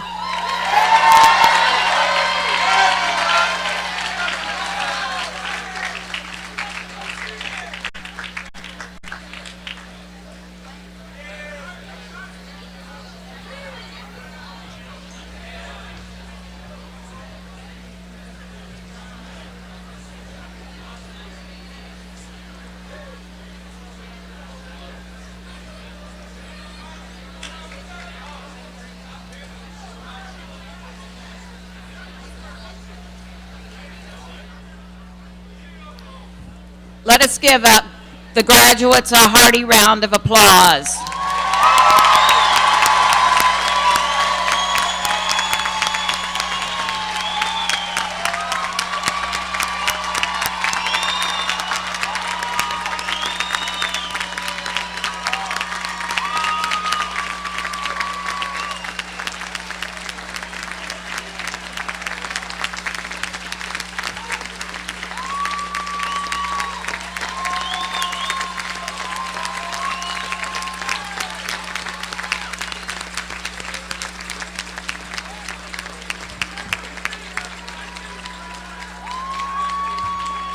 In this milestone moment, let us thank again those people who this degree means almost as much to as it does to the students. Let's give a huge round of applause for the parents, the grandparents, and the families of our newest Metro graduates.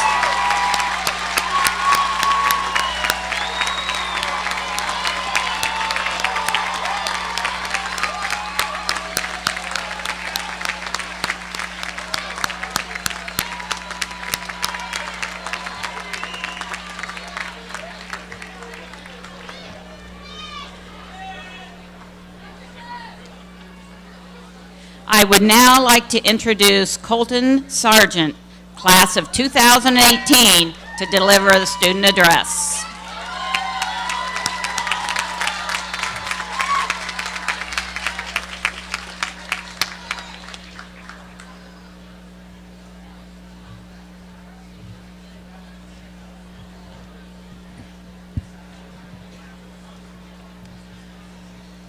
Good morning and welcome, families, friends, faculty, and most important, my fellow graduates.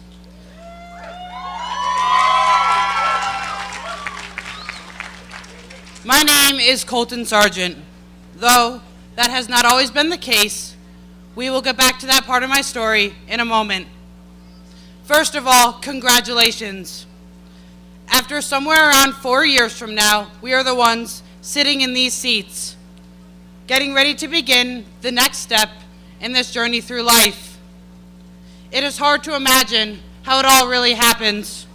Thinking back on these years, it seems as though they were a blur of tears, smiles, anxiety, and joy, all blended together with lots of papers, Dunkin' Donut runs, meetings, textbooks, athletic events, and so much more. And yet, it was so much more than that. For each one of us, this time here at Mitchell has been filled with millions of choices, affecting us internally and externally, some significant and some seemingly small. The choices we made got us here, sitting in these seats. For each and every single person on this earth, from the moment we are born, choices, ours or the choices of others, fill the entirety of our days. Many of these choices seem quite insignificant at the time, such as, what shoes should I wear with this outfit?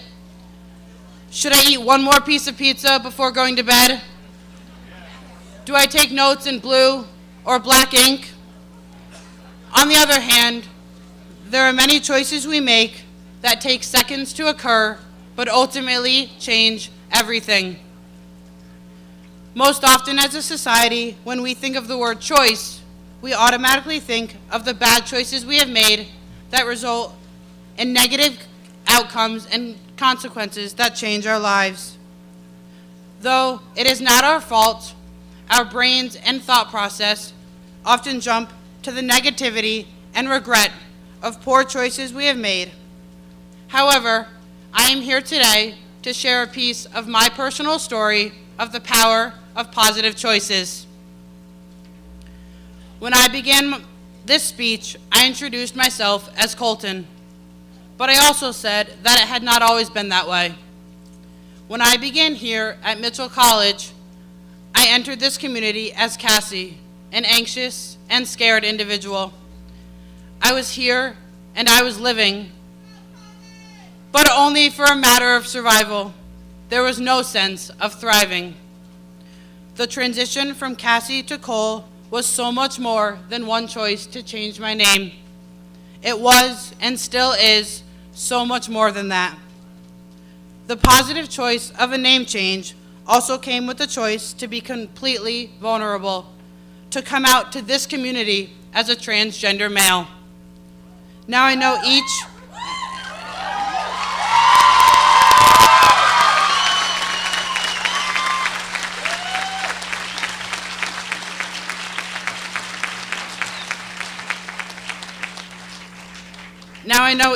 and every one of us will not be able to fully connect or relate to what it is like to make the choice to come out as transgender, but I am sure we can all relate to the feelings and experiences of being vulnerable.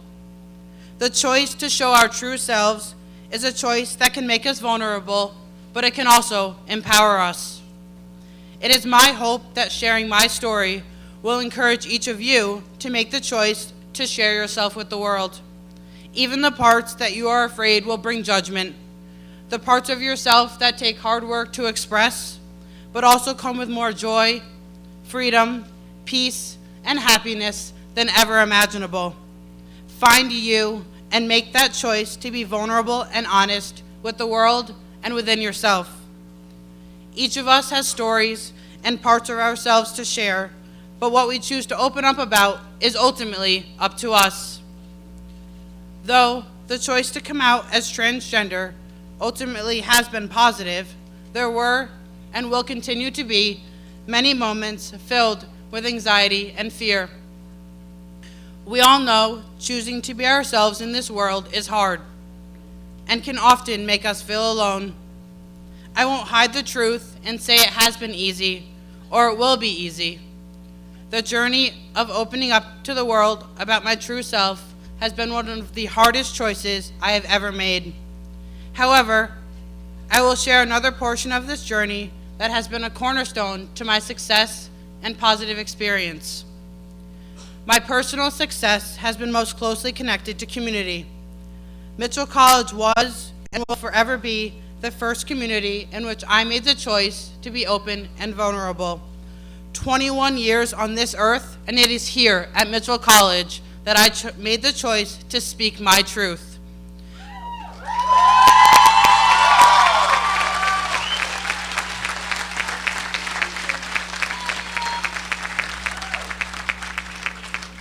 So thank you to the faculty and staff like Catherine Wright, who sent me an email after passing me on campus expressing concern because she could tell I was off, or Professor Morrow and Dr. Broccoli, who welcome all students and listen not only with their ears, but with their hearts.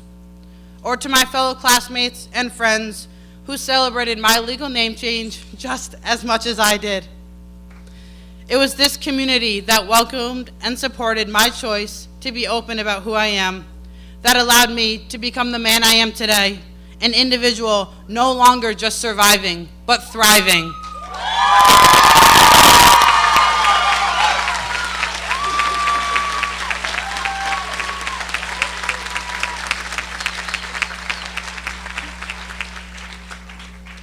Each one of us has unique stories, parts of ourselves, and experiences that make us a valuable and important part of this community.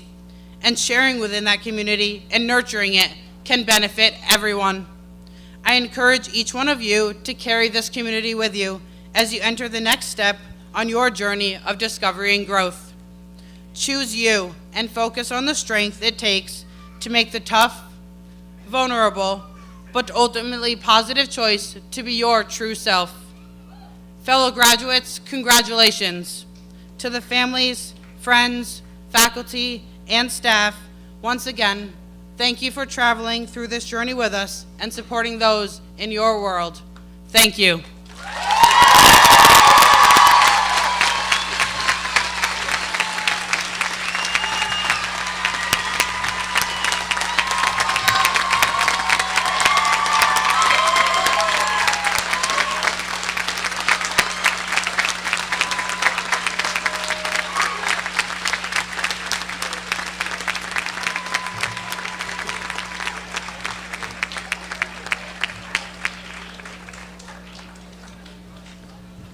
Thank you, Cole. Will the audience please rise and join in singing of the Alma Mater by the Mitchell College Select Choir?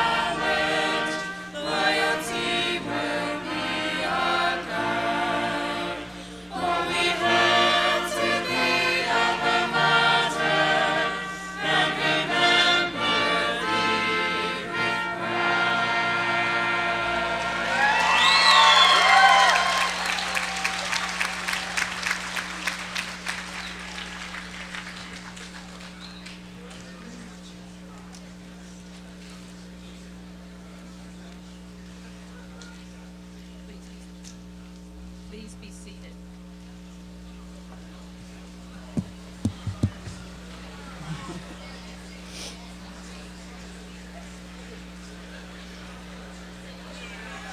At this time in the commencement ceremony, we pause to focus on a very special moment in the transition for our graduates as they progress from the ranks of students within the Mitchell College community to join the ranks of over 7,000 alumni within this single community. I will now focus upon our distinguished alumni. I will now call our distinguished alumni, Dr. Walter Moore, to carry out the introduction.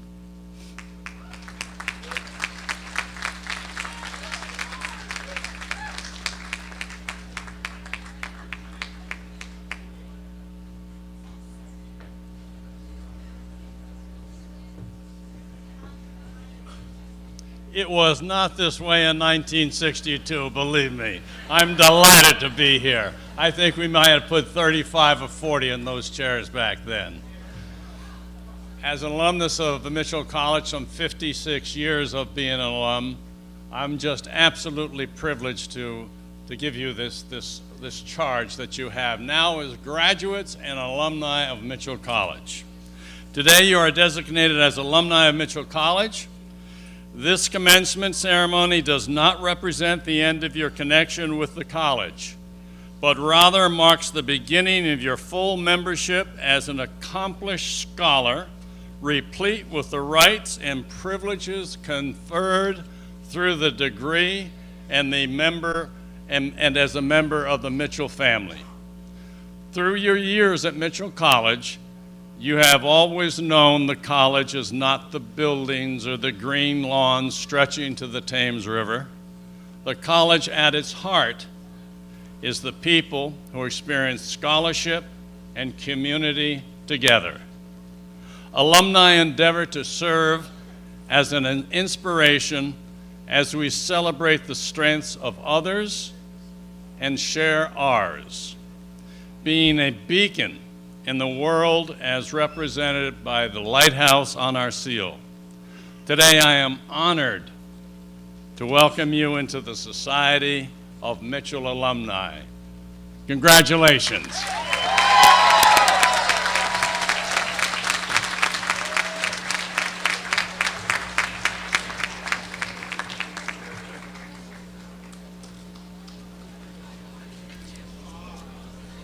Will the audience please rise and join in the singing of America the Beautiful, led by the Mitchell College Select Chorus, and then please remain standing for the benediction delivered by Reverend Matthews.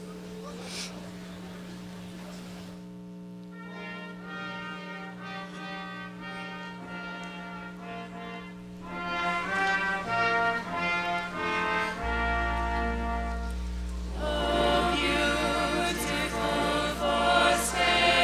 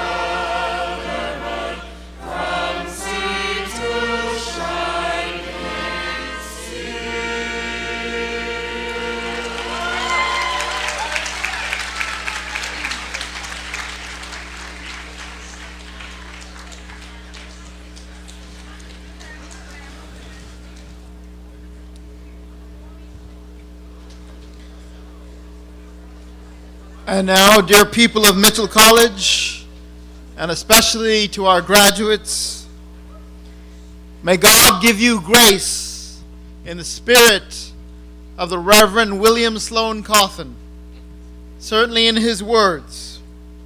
May God give you grace never to sell yourself short, grace to risk something big for something good, grace to remember that the world is now too dangerous for anything but truth, and too small for anything but love. And the blessing of God Almighty, the Father, the Son, and the Holy Spirit be amongst you all, now and forever. Amen.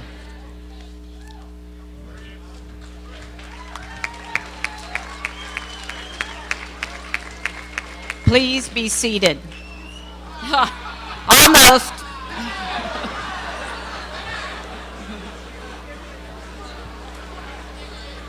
We draw the 74th commencement ceremonies to a close by marking this significant moment with the ringing of the bell.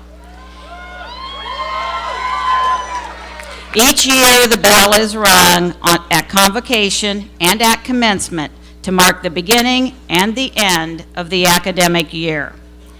We ask for everyone's silence as the bells toll. Nathaniel Bowe and Julia Paoletti, President and Vice President of the Student Government Association, Class of 2019, will ring the bell 18 times in honor of the Class of 2018.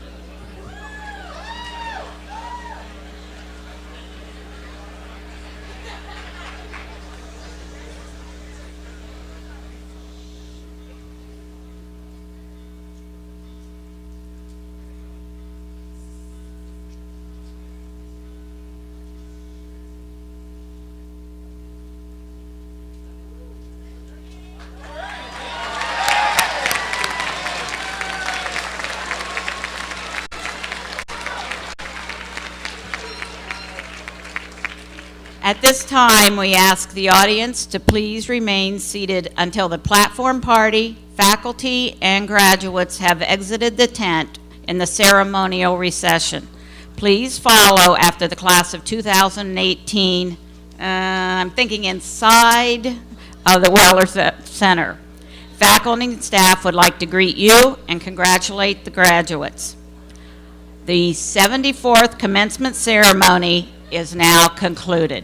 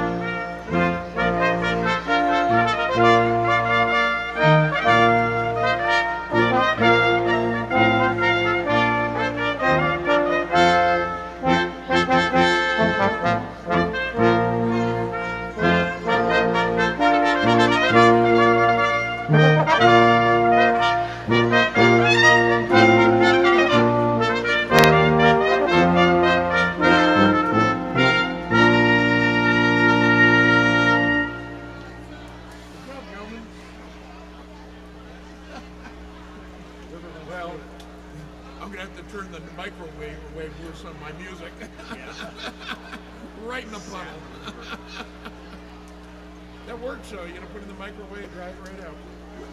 Thank you.